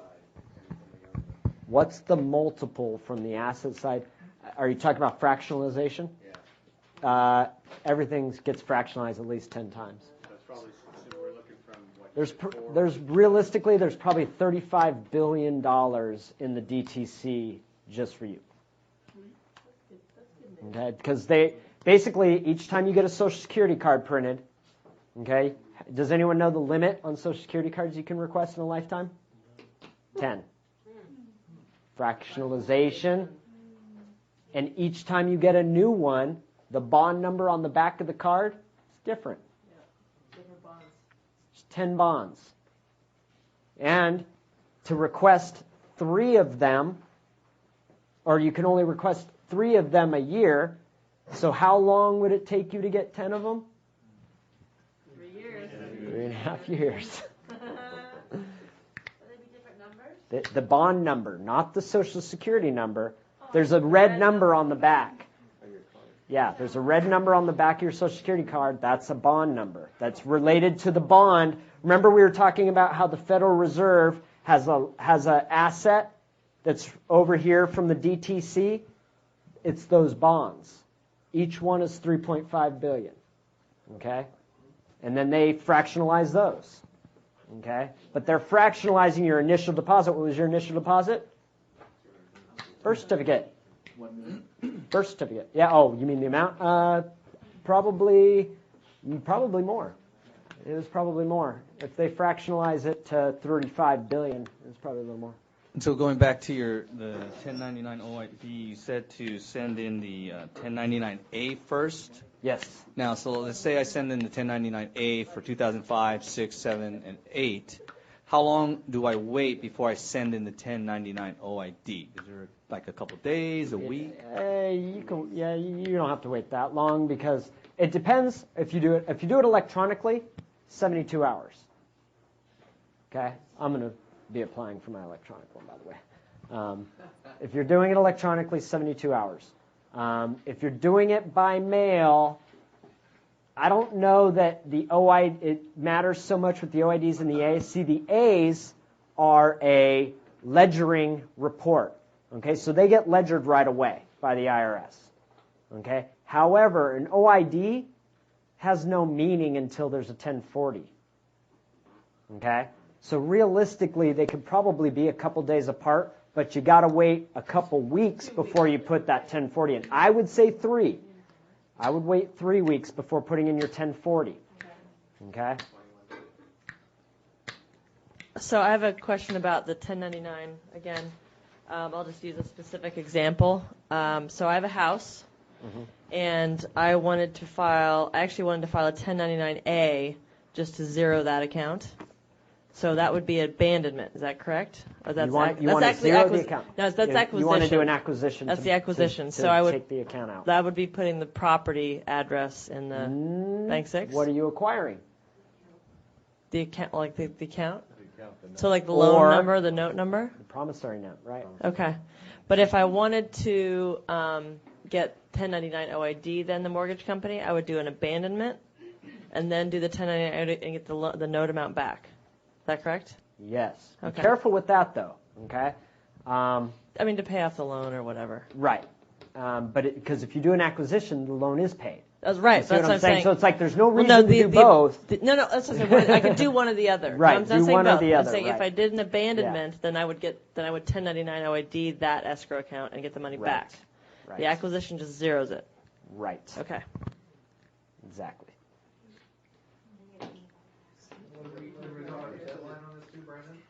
What's that? Yes, the deadline for 1099s to get processed is February 20th. Wait, microphone. That was my question. The upcoming tax period we're in, timeline for... Now, I don't want everybody to panic and think, oh my God, I only got 2 weeks or 3 weeks or whatever it is. There is still a way to get your stuff processed, okay? You just got to learn how the system works, okay? Don't be panicked. Don't go rushing. Like I said, unless you want to be the examples of how to handle frivolous filings, which is fine. There's no problem with that. We'll deal with that in here because I'm sure some of you are going to get them, okay? And when you do, we'll handle them in here and we'll discuss them. At least one, because they hear something from somebody, they start sending in Form 56s and all kinds of different things, and they start getting themselves in trouble.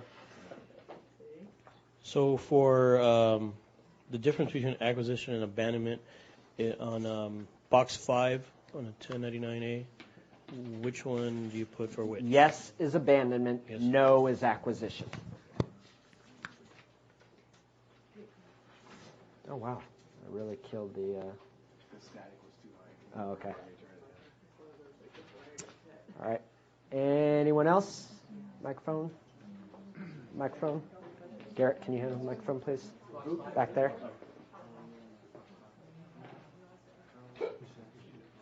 The information that you said you found out today, what was it?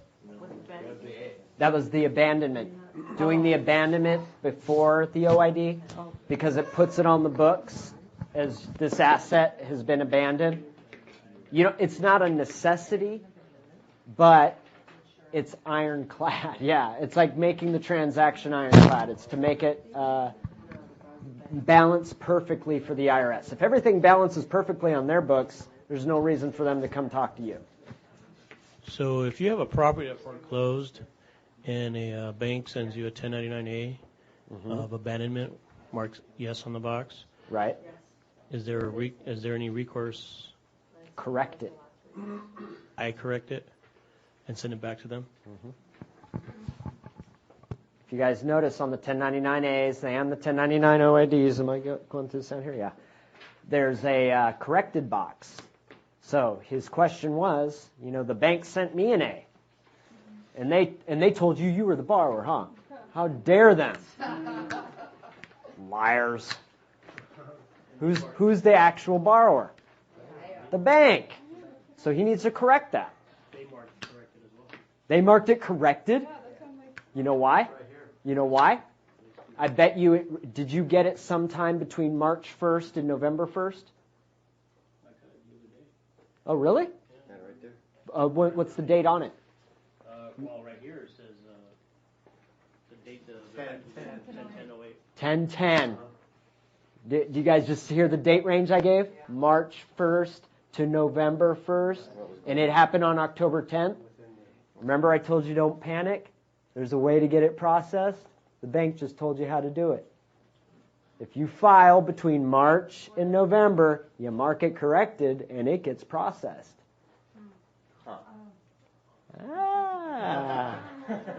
See? The bank just gave you a clue of how they're doing stuff. So that right there is a remedy for not getting in on time. You don't get it in by March 1st, mark it corrected, and it'll get processed. What would you do with void? Void, you only mark the void if the actual form that you're sending in was screwed up. Like, let's say you're using a typewriter when you're filling out the form, and you're like, oh, I messed up.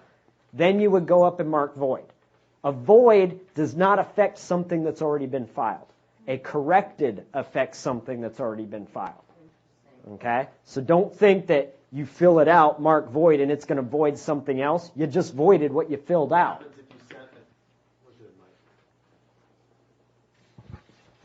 What happens if you send a 1099 OID in that was that you shouldn't have sent in for a let's say a bank, and you shouldn't have sent that 1099 in, and you're thinking, okay, I've got that out there now. Now what do I do? Correct it, and you mark the amounts to 0. Mark everything else the same.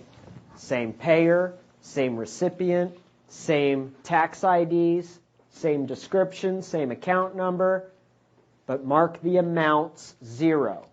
If you mark a corrected 1099 with the amount 0, you've basically erased that other 1099. Then you have to redo another one. Yeah, but then if you're doing, so you want to send all those first before you send in anything else. Hold it. Did nobody hear that? Well, that's what the microphone. So you would send those, obviously, maybe. Hold it higher on the thing, not down low. There you go. Oh. So you would send those first, maybe a week or two at least before sending. If you zero out the ones that shouldn't have been out there, and then you send in corrected forms, right? Yeah. Evidently, don't hold the bottom of the microphone. Hello, hello. Am I still on? Yes. Okay. I gotta stop messing with this.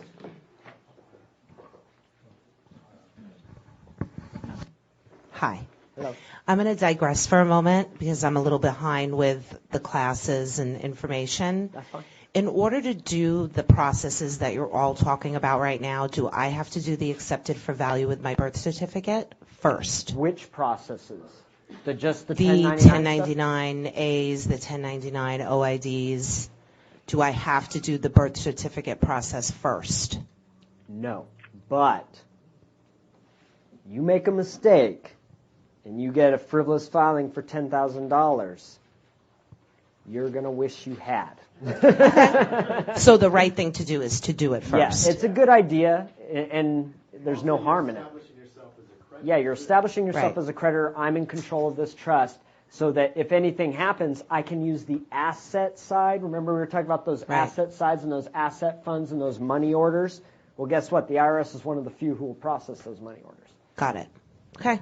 Thank you. Let me see the mic for just a second. Sun Tzu said in The Art of War, the victorious go to battle before they ever go to war. Which means that you set everything up first before you ever go to war. I always say that about court cases. Never go into a court case without already having your judgment, without already having an agreement. Careful, don't hold the bottom. Down there. You were talking about when you do an acceptance for value. Someone sends you an offer. You then become in control of the offer by accepting the value, monetizing it as a negotiable instrument. Therefore, if you get, let's say, an offer from the IRS saying you owe $10,000, wouldn't you just assume position as creditor, accept it for value, and send it back to them? You could, but remember, accepted for value, is that a form of money in jurisdiction A or jurisdiction B? It would be A. A. It's a form of money in jurisdiction A. Okay? And where's the payment going? Probably. Now, the IRS does have two sides. Because how many of you know about the whole red ink thing? And it's funny that we use red ink all day today. Everything in red is what? Private. Okay? Everything in red is on the private side. What color are the 1099 OIDs and 1099As that go to the IRS? They're red. Blood redemption. So it's private. That form is private. What about copy B? Public. Copy C? Public. On the asset side. Anyone else? No? All right. Are we actually wrapping up around the right time? Anyone on the phone got any questions? I'm lost. I'm lost. Okay. Do you have any specific questions? What are you lost on? Everything. Everything? Well, you'll be able to catch up. We'll we're going to be doing a lot more conversations on this. We have the past. I'll give you the past episodes we've done or the past classes we've done, and you'll be able to learn from that. Okay. So if you're not getting any of this, don't worry. Listen to it over and over again. Read the materials, and you'll catch on. Aside from the banking, for life insurance, would that be? Can I file an OID on life insurance policies? Can you file an OID on life insurance policies? How do you mean? Like there's an account sitting there with a balance in it? Mm-hmm. That's a policy, or the policy created an account? Is the policy an account? I've never looked at, I don't know anything about life insurance, so you have to bear with me. Like there's a claim, like was there somebody died and there's a claim? Okay, well, don't they just send you money? They send you, but so that would be the beneficiary, but like say if my husband and I were joint on a life policy, okay, and we wrote checks to it, we can OID the bank, but then where does the insurance, doesn't the insurance company make money off of? Oh, okay. You're talking about the actual assets that are being held by the insurance company? Mm-hmm. No. Well, you probably could, but that's getting a little more complicated. Remember, all the payments that went in are coming out of another account, and you're OIDing those. Okay? So you're already getting OID on all the payments going out. Whatever the insurance company is doing with it, you probably want the assets to sit there. Because if the assets aren't there, then when you die, well, guess what? There ain't no money if you take the asset. Okay? Because if you take the asset, it takes the liability too. We talked about reverse mortgages. That's like reverse mortgage. Is this a reverse mortgage? Yeah. Okay. Alrighty, a reverse mortgage. Somebody explain to me real quick a reverse mortgage. 65 and older, government insures it. 1 minute. You. Okay, hold on. Hold the question. You want to switch them now? Yeah. We'll probably get another 20 minutes in. So we're going to switch the video real quick. Wait, don't get up. Yeah, no break. You guys are like the half-hour break team.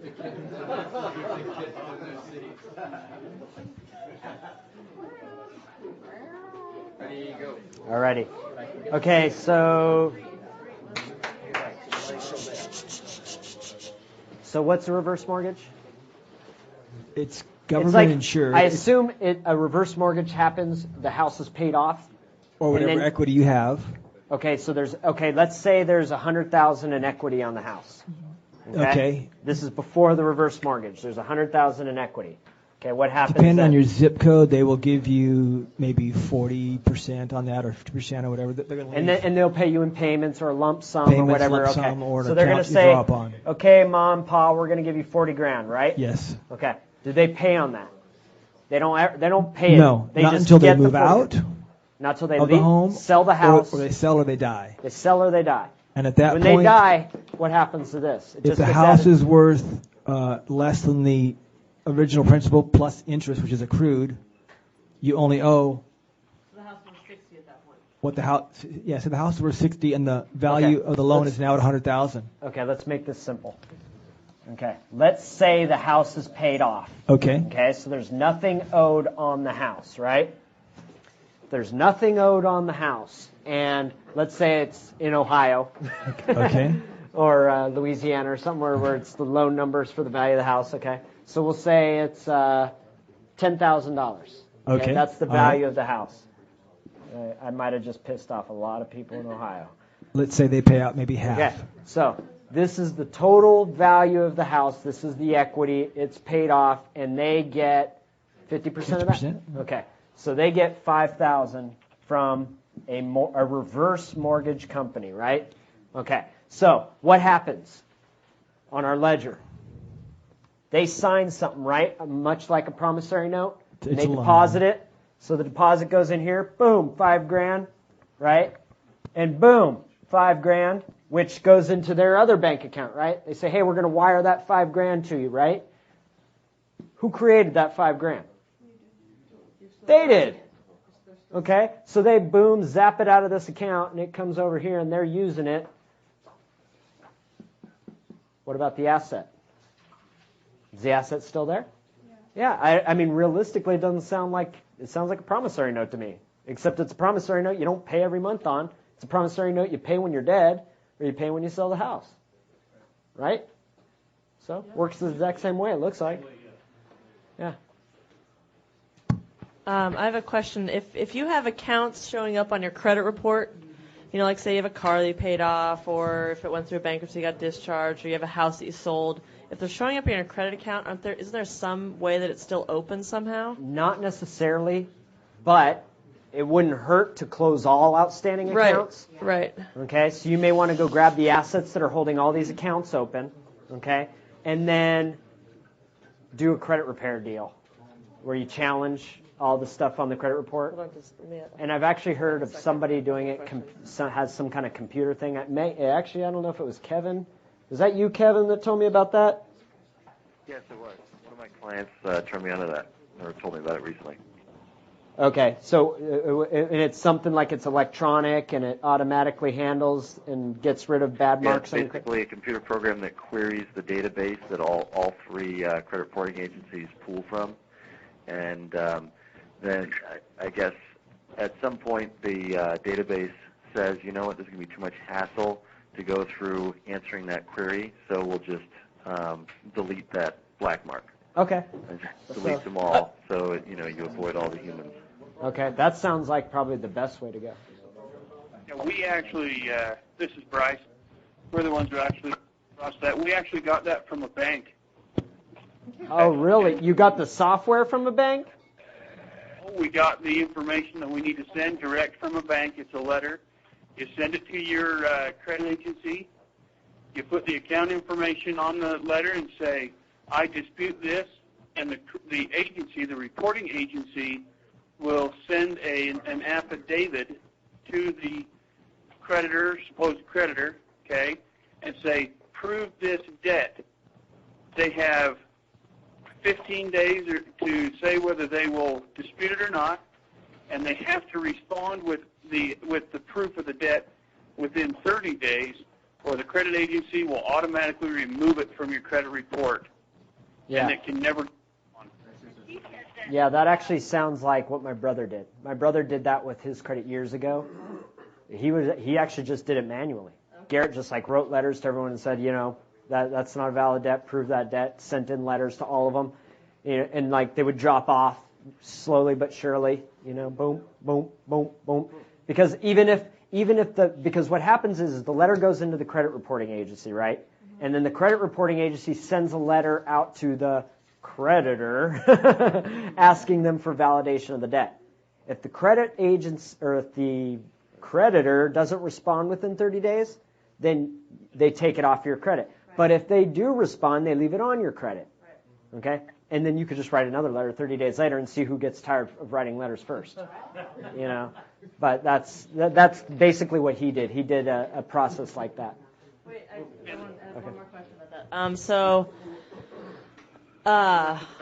Shoot, I lost my train of thought. So going back to the credit bureaus, if you then close all those accounts like you were saying, all the ones that are on the credit, then would you 1099 OID? Like if you send in a 1099 OID to claim that escrow You're closing account, them, right? Well, whatever it is to make them Well, zero remember, out. you're doing an A as an acquisition to close those. Okay, If you so do you're an sending an A A. as an acquisition, are there any funds there to be returned? Well, no, but could you send an So you answered your own abandonment?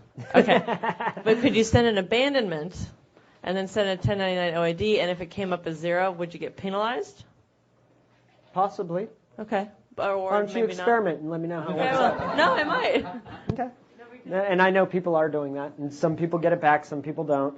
Some people get it back, and the IRS comes and takes it back again. But yeah, it's an exercise. And so in essence, if you 1099A the creditor that account that's closed, that's derogatory on your credit report, right? And it won't necessarily move it from the report, but it'll close that account. It'll close that account. Then go in and dispute the account. Right, and then they'll say that account doesn't exist. Exactly. That's a good idea. That's a great idea. You do your A's first as acquisitions, get rid of all the accounts, and then when the debt validation letter gets there, they'll go, what is he talking about? I don't even see record of this account. That's a good idea. So, something to keep in mind. See? Creditor. Thinking outside the box.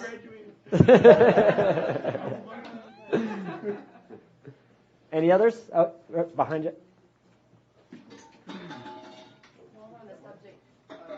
While we're on the subject of open accounts on your credit report, I read somewhere, and I just wanted to confirm that if there's a credit limit, it's my understanding that there's a security for that limit available with that open account that is. We didn't do credit cards, did we? No. Okay. All right. Let me do a ledger with a credit card company real quick. All right. And this is going to kind of blow your mind, probably. You're not going to make me wait for that, are you? All righty. So,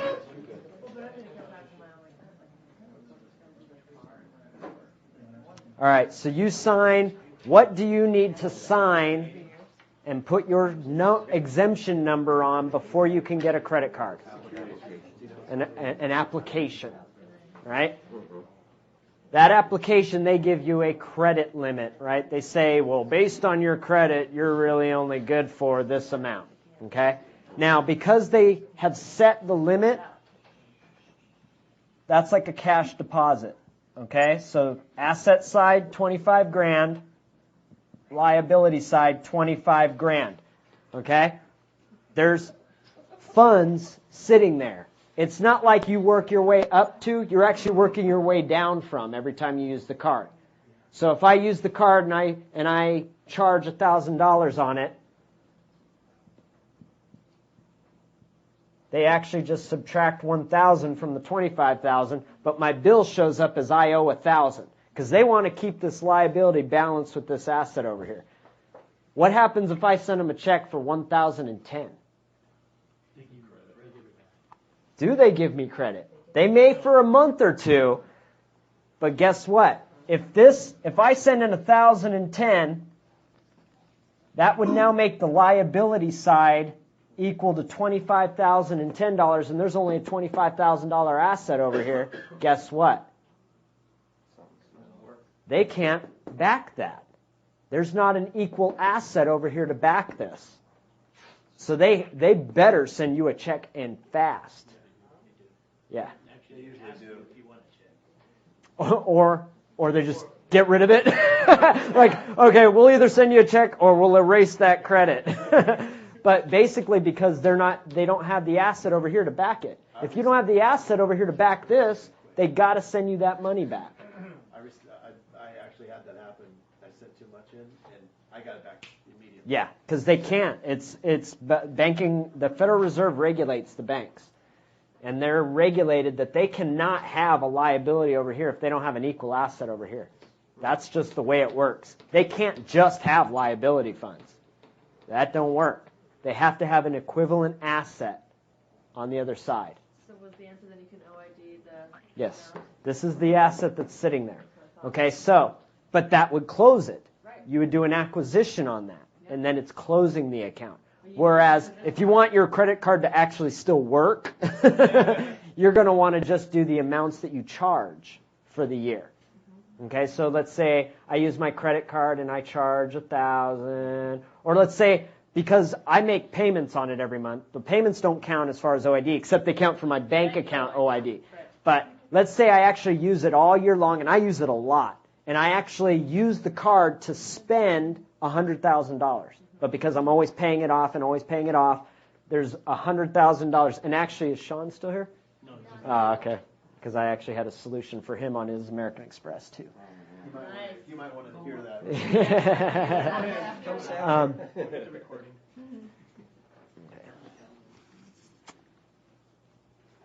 Alrighty. What were we talking about? $100,000. So you spent the $100,000 for that year. You could OID $100,000 on that account, and the account would still stay open. And you'd still have a $25,000 limit.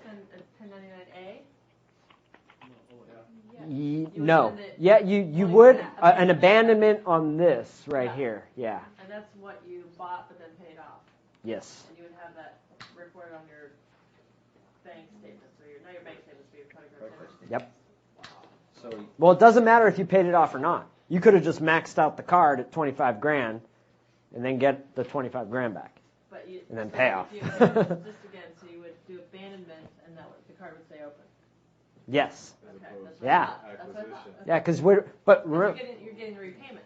right. Yes. You're saying, yeah, there's 100 grand in abandoned what? Assets. Yeah. Right? There's an extra 100 grand sitting over here. Okay, cool. No, that's what I kind of said to Garrett. Okay, so if there's an asset over here for 100 grand, well then you're grabbing this, and you're not doing an acquisition. If you did an acquisition, you're zapping that. Right. And if you zap that asset, it zaps the liability automatically. Is that the same thing with a debit card? Debit card is just like a check. Every time you use your debit card, it's like writing a check. It creates a security. And every time you withdraw cash, it creates a security. Cash is a tricky thing, and we'll get into that more, because you guys really, to operate as creditors, you want to start reporting everything. Try really, and I know this kind of sounds backwards, and this is the opposite of what I used to do, but you really don't want to use cash. No. You really want to put all your cash in the bank and use your cards and your checks and everything else, which is detrimental for us that were educated as patriots. And for 10 years, I had no bank accounts and did everything cash and money orders, and realized, in the long run, I was only screwing myself and hurting the public. You're not doing anyone any good. You're hurting the public and you're hurting yourself. Wait, microphone. Right here. I had a question before. Okay. So for this reason, to benefit with credit cards, I have like 4 or 5 outstanding credit cards that I can't afford to pay, and they're already like kind of breathing down my back. So in the meantime, because I don't want to close these accounts, because I'd like to benefit from them, and so in the meantime, can I write like letters to kind of stave them off for a while, and because it's going to close it, wouldn't it? Act like a creditor. Just call them and say, hey, you know what? I really do want to pay on this. Don't let it go to collections. Send them like a token payment. Like, here, I'm going to send you $10, but I'm about to get a settlement, or I'm about to get some money, and I'll be able to pay it off. Because the funny thing is, they don't want you to pay your card off. Right. If they're not making money in liability, what the hell is that feedback? Okay. They don't want you to always pay it off, because if there's no interest and ways for them to collect on that money, and this is probably why one of the guys who just left, Sean, he had an issue with his American Express, and he's like, wait a minute, I pay it off every month, and now they come in at me and they close the account. It's because they aren't making any money off you, dude. If they're not making any money off you, what's in it for them? I heard the best way to establish credit is to keep a 30% balance. Because they want to always Yes. keep spending, and then never pay it off, but never Yep. let Yep. it go. But So just for those who didn't hear the benefit of that because of the microphone, what she said was, what the hell was that? I turned it back on. Okay.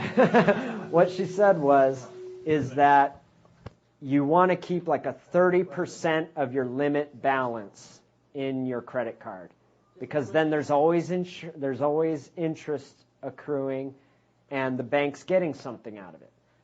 But if you're like, big ticket purchase, pay it off. Big ticket purchase, pay it off. It also establishes credit over time. Right. Because every month You have a payment. Yeah, it's active every month. Yeah, and there's a payment every month. Hold on, microphone.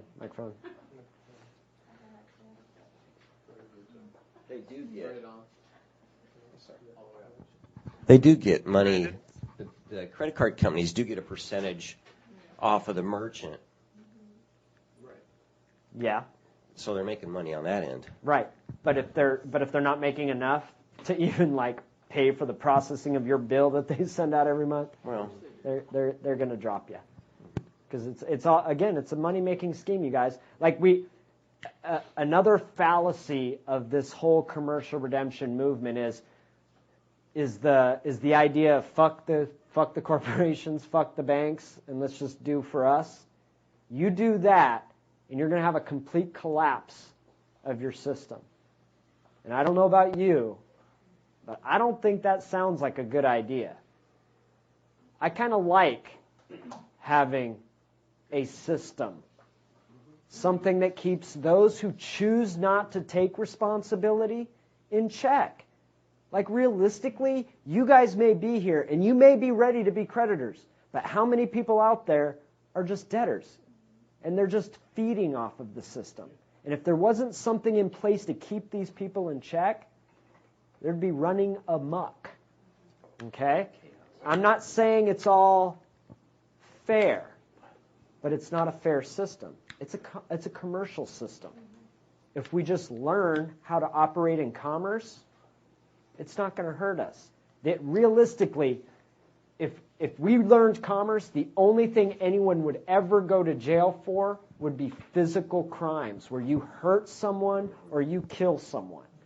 Other than that, no one would ever go to jail because they'd learn how to pay off everything. You ever notice how rich people don't go to jail? You know why? There's a penal sum attached to every crime, and you can settle and close with money. That's only with non-physical crimes. No, even physical crimes. Like, I mean, there's outstanding amounts. Like, if you kill someone, you'd have to come up, and depending on how many counts and what is involved and is it aggravated and all that, but you're looking at hundreds of millions of dollars.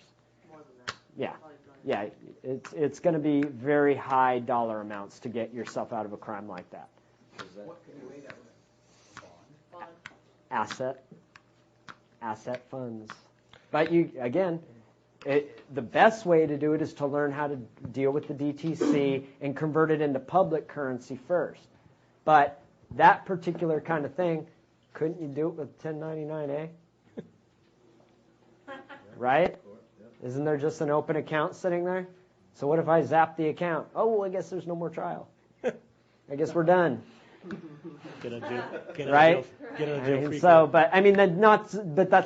That's not without prejudice, or that's not with prejudice, right? So they can come back and hit you for it again. Because that whole thing about double jeopardy, well, it doesn't apply if the first one disappeared. Like, oh no, we'll charge you again because the original charge is gone. So we'll just charge you again. I'll zap it again. Yeah, and you zap it again, and we can play this game, and pretty soon somebody's going to get tired of it. It ain't going to be me. Back to the credit cards where you keep the 20 to 30% balance on the credit cards. Mm-hmm. That's good for your credit score, but then sometimes the credit cards, they penalize you and they drop your credit limit. Ah, right. If you don't actually If you don't use it and almost max it out, they'll drop and it down. interesting that they do that, because what does that do? Because remember, the asset side didn't change. So let's go back to our credit card ledger here. Okay. So we got a credit card ledger. It was originally a $25,000 limit. So there's a $25,000 asset, which created this $25,000 liability, which is the funds that actually go out when we pay for things with the card. So they drop the limit. Which side are they dropping? This side. So I can't see.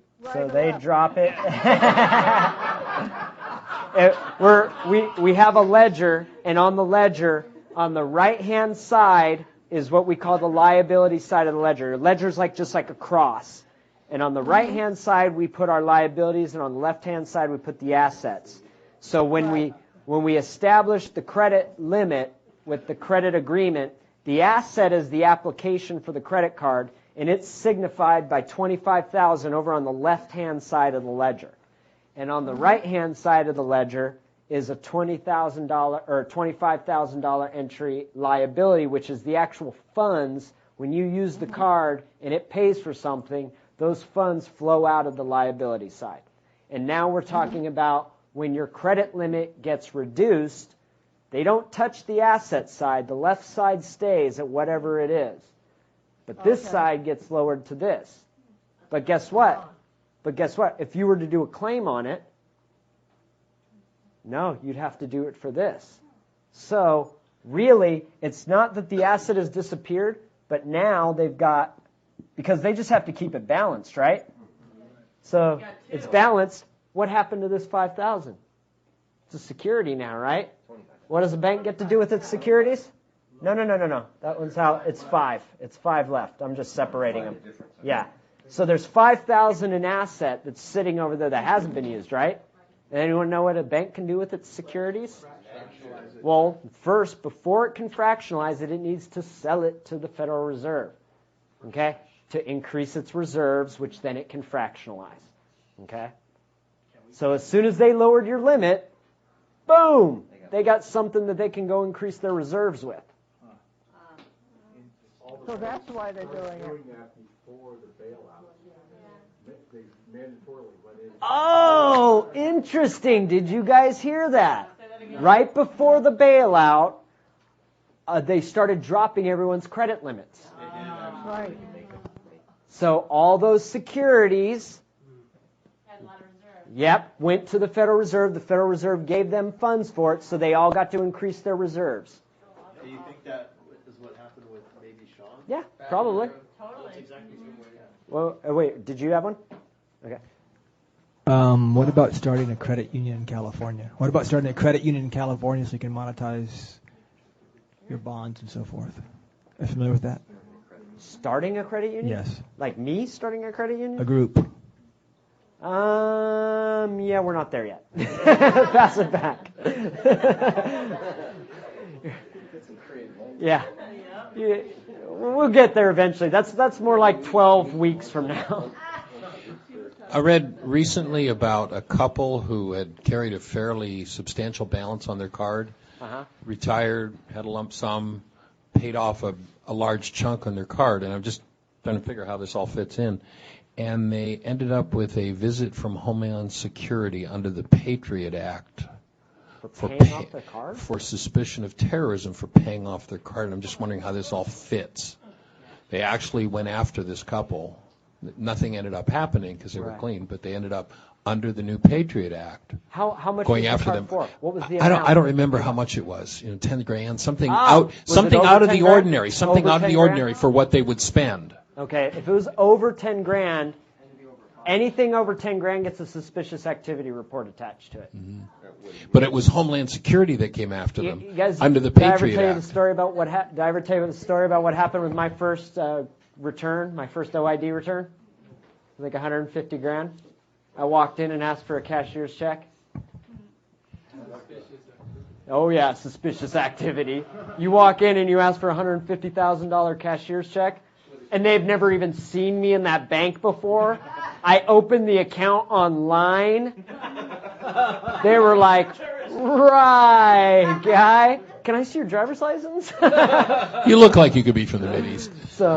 So needless to say, but you know what? That was probably one of the best things for me because I got to deal with CID on a personal level. No, it was really, I'm being honest. It's like I got to learn from that experience because CID got up in my business. And they're like, okay, let me see what you did. And I'm like, okay, here's my stuff. Yeah, no, you did it wrong. I'm like, I did? He's all, yeah. He's like, you shouldn't have got a return. I'm like, oh. So he took my money back. Went back to Treasury. And I did it again. And I did it wrong again. I did it wrong again. I did it wrong twice. Third time's a charm. Like I said, you guys are getting the benefit of learning from tons of mistakes. Between me, my brother, all my buddies that I've dragged into commerce, we've all got so much experience on what not to do. So we're here to tell you we know exactly what not to do. Okay? And that's good for you because we'll correct you before you go and make the same mistake. So when you hear people out there saying, oh yeah, it doesn't matter whether you file as payer or recipient, don't believe that. You mean then we'll make especially new if you don't mistakes? understand it. What's that? You mean then we'll make new mistakes to Yeah. learn from? Yep. Go ahead and make new mistakes. I already know there's some people in here committed to getting the frivolous filing, and we'll deal with that when it comes. But it's really because the IRS is getting drowned by these things right now. You want to do it right, and you want to do it right, and you want to do it in such a way that it doesn't set off any flags. Because right now, OIDs almost automatically. Any returns associated with OIDs are going through a lengthy process. They send it right to Ogden, which those of you who don't know and haven't been involved with commerce long enough, that's where all the CID and the investigative stuff goes. They send it to Ogden, Utah. Okay? It ends up there and it takes you like a month longer to get your returns. But if you do everything right and everything's in order, it's not going to go to Ogden, and you'll get your return within 30 days. Like clockwork, 30 days, 30 days, 30 days. Every time you do something wrong, it goes off to Ogden, you're going to wait months to get that return. Yeah, Brandon? Oh, what? Say that again? Oh, I just get that, yeah. Just, you're saying, yeah, agree? Yeah. Okay. Can you hear me, Brandon? Yeah, I can hear you.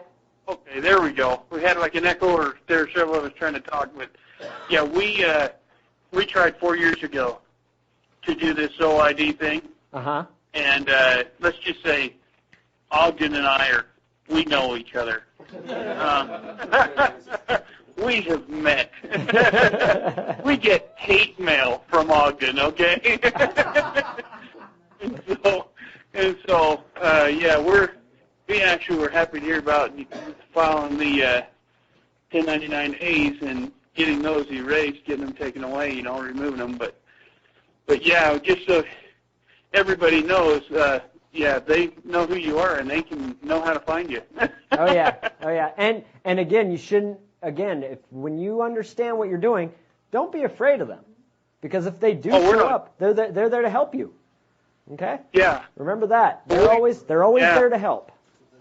Yeah, well, and they haven't been able to take any action really against us. And this 4 years ago, we haven't been audited. We haven't had anything like that done. Nice. No liens, no nothing. They haven't done a thing to us. They just send us hate mail telling us we're doing it wrong. But so far, they haven't been told how to do it right by them.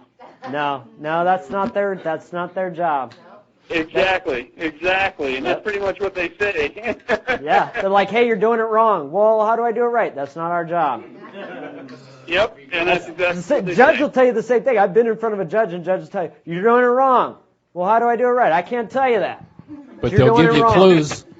What's If you that? listen, the judge likes the game, and he'll give you clues. No, he does. I'm telling you that, because the last judge I was in front of, it's neat. Like, to me, those are the neatest people to learn about commerce with, because they know. I mean, it's got to be the hardest job in the world. They know exactly what's going on, but they got to act like a referee. They got to be neutral, so they can't give you the answer, but they do. They code it in the words that they use. It's colorable. You'll hear me use that word a lot, colorable. And colorable is, yeah, it may mean something up in jurisdiction A, but when we bring it down here into jurisdiction B, we got to call it something else. That's colorable. Okay? Because everything in jurisdiction B is colorable. It's all fictional. Okay? It has a certain face on it, but it doesn't quite mean what you think it means. And that's what we mean by colorable. Yeah? We did find out something else from what we did, and that was we found out that we could send information into the IRS on all of our taxes and stuff, and just go, hey, you're the accounting firm, fill this out, and send it back to us. Yeah, they will do that. They will fill it out for you. And they sent it back to us, and they sent us a pay voucher, and we signed. It was basically a already filled out 1040B, and we just signed it, sent it back in, and they paid themselves. Yeah. We never pay. We don't pay our taxes. We turn it in, and they discharge it on the vouchers. Interesting. Victor. 1040 Victor, or V, is a payment voucher. Okay? You'll learn. Go ahead. I'm sorry. Well, we actually have a letter that we send them, and with it, and just tell them, hey, do this for it. It's a form letter, and you can do back taxes. You can do anything through these form letters that we have. Yep. And they send you everything you need to pay themselves off. Yep. And so we're actually doing it on a deal right now where somebody sold a whole bunch of land, and they owe somewhere in the area of around $500,000 in what's it called, capital gains tax. Oh wow! And they're like, we don't have it. And so we said, put all your stuff together, send us in with it, and they'll send you the voucher, and they'll pay themselves off. Oh, nice. and so we're going to try it. We'll let you guys know how it works. We actually sent a copy of everything we're doing to Kevin, so if you want, you can get it from him. Yeah. I've heard of people having success with just sending in the voucher. So now I'm not advocating or recommending that. I have my own little process that I deal with the IRS on. There's so many stories of like different things that people have done, and there's been successes in all these different forms, but then there's been other people who have tried the exact same thing and had no success. So it's kind of like a shooting in the dark kind of thing. Like it's like, okay, well, this worked for this person, but this didn't work. What seems like the same thing. See, and the thing is, you're always taking, okay, well, did they do everything the same? Did they fill out the form right? Did they sign it? Because there's this like paranoia going around, and people think they can actually get things through the IRS without signing them. That's the most ridiculous thing I've ever seen or heard, unless you're asking them to do it for you, and then don't really count on getting these big returns. Because if they're doing it for you, actually, I guess if you get all the books and everything in order and say, yeah, do my 1040, see what I get back. If you've done all the books right, then you should get back the same amount that you were going to claim back. Yep. If you got, exactly.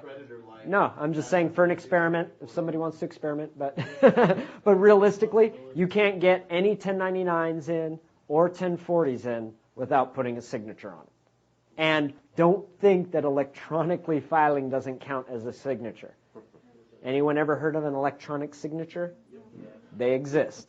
And every time you authorize something electronically, you're signing it. Oh, where's the microphone? Yep.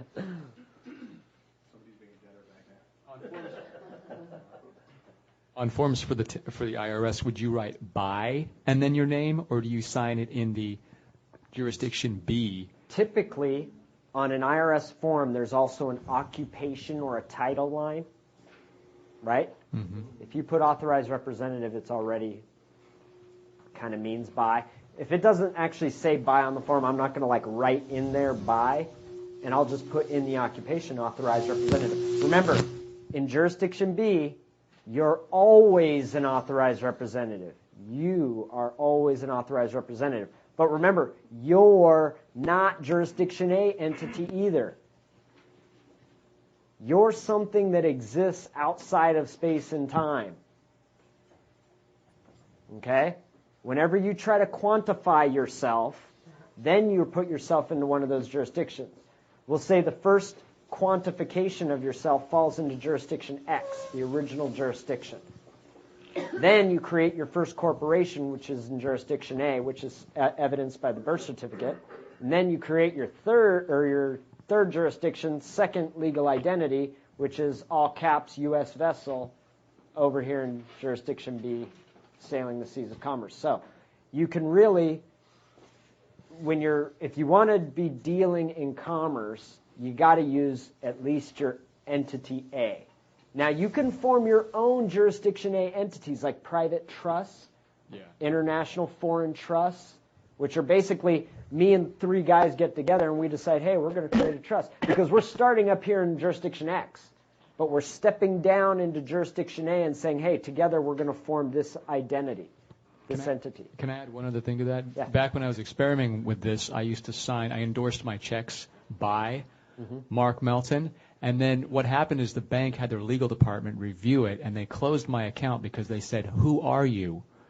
Why are you writing by? And I said, because I'm not the all fiction, all capital letters person. I'm in A, signing for B.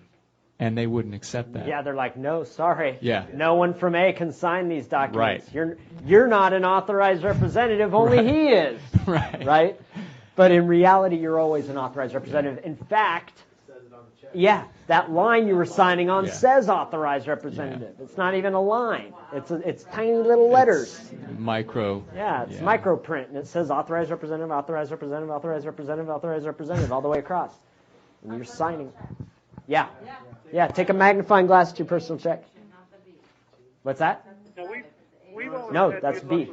It's on your checks. If you go grab your check, take a magnifying glass to the line where you sign, and it's actually a whole bunch of words. It's not a line. Authorized signature. Did you? Isn't that neat? Isn't that neat? I'm like, wow, my printer don't print that small. Otherwise, I'd do it on my money orders. Yeah, oh, you can read it? Yeah, well, you can see that it's not a solid line. Oh, yeah, you can totally see the words on this one. How funny. I think it says authorized signature. Alrighty, so anyone else before we close this up? So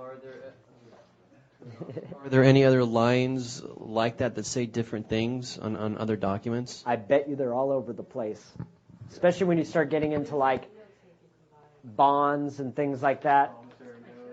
Bonds, promissory notes, things like that, things that are created in B.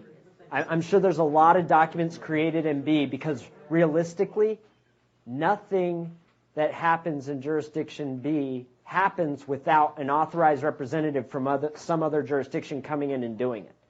Because they recognize in jurisdiction B, everything's dead. If everything's dead, then nothing can happen because it's all a bunch of things. It's like a room full of mannequins. Oh, guys, you guys ever watch Twilight Zone? Oh, who said Twilight Zone? Did you see that one with the mannequins? There's a heavy-duty commercial message in that one about the whole jurisdiction A, jurisdiction B. Did you see it on the marathon that they just had? Yeah, Christmas, I think it was. What's that?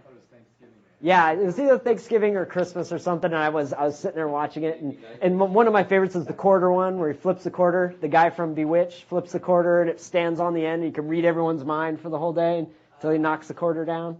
But one of the really the best commercial ones so far, that one, and ooh, did you see the one where the guy was getting hung? And he traveled through time as he was about to be hung. And stop it. So he's basically sitting there, and then all of a sudden he's somewhere else. But as a debtor, he still got his due. And some other debtor ended up on the rope. That was a really neat episode. Well, they're all neat. I mean, it's Twilight Zone. Twilight Zone's good.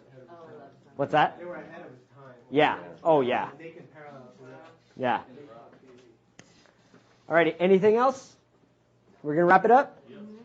This is Kevin. Quick question. So, did I hear correctly we should be ordering... What about the 1040? Hello? Can you hear me? I know you're talking about this whole 1099 process. I was just wondering about the 1040 to follow it up. Because you really didn't touch that much on that. I know that when I was looking at the different forms on the IRS site, there's so many 1040s. Oh, really, there's the 1040, the standard 1040, not the 1040 EZ or anything like that, like your standard 1040 long form is probably the one you want to use. I'm not going to give you any advice because I am not qualified to give you tax advice.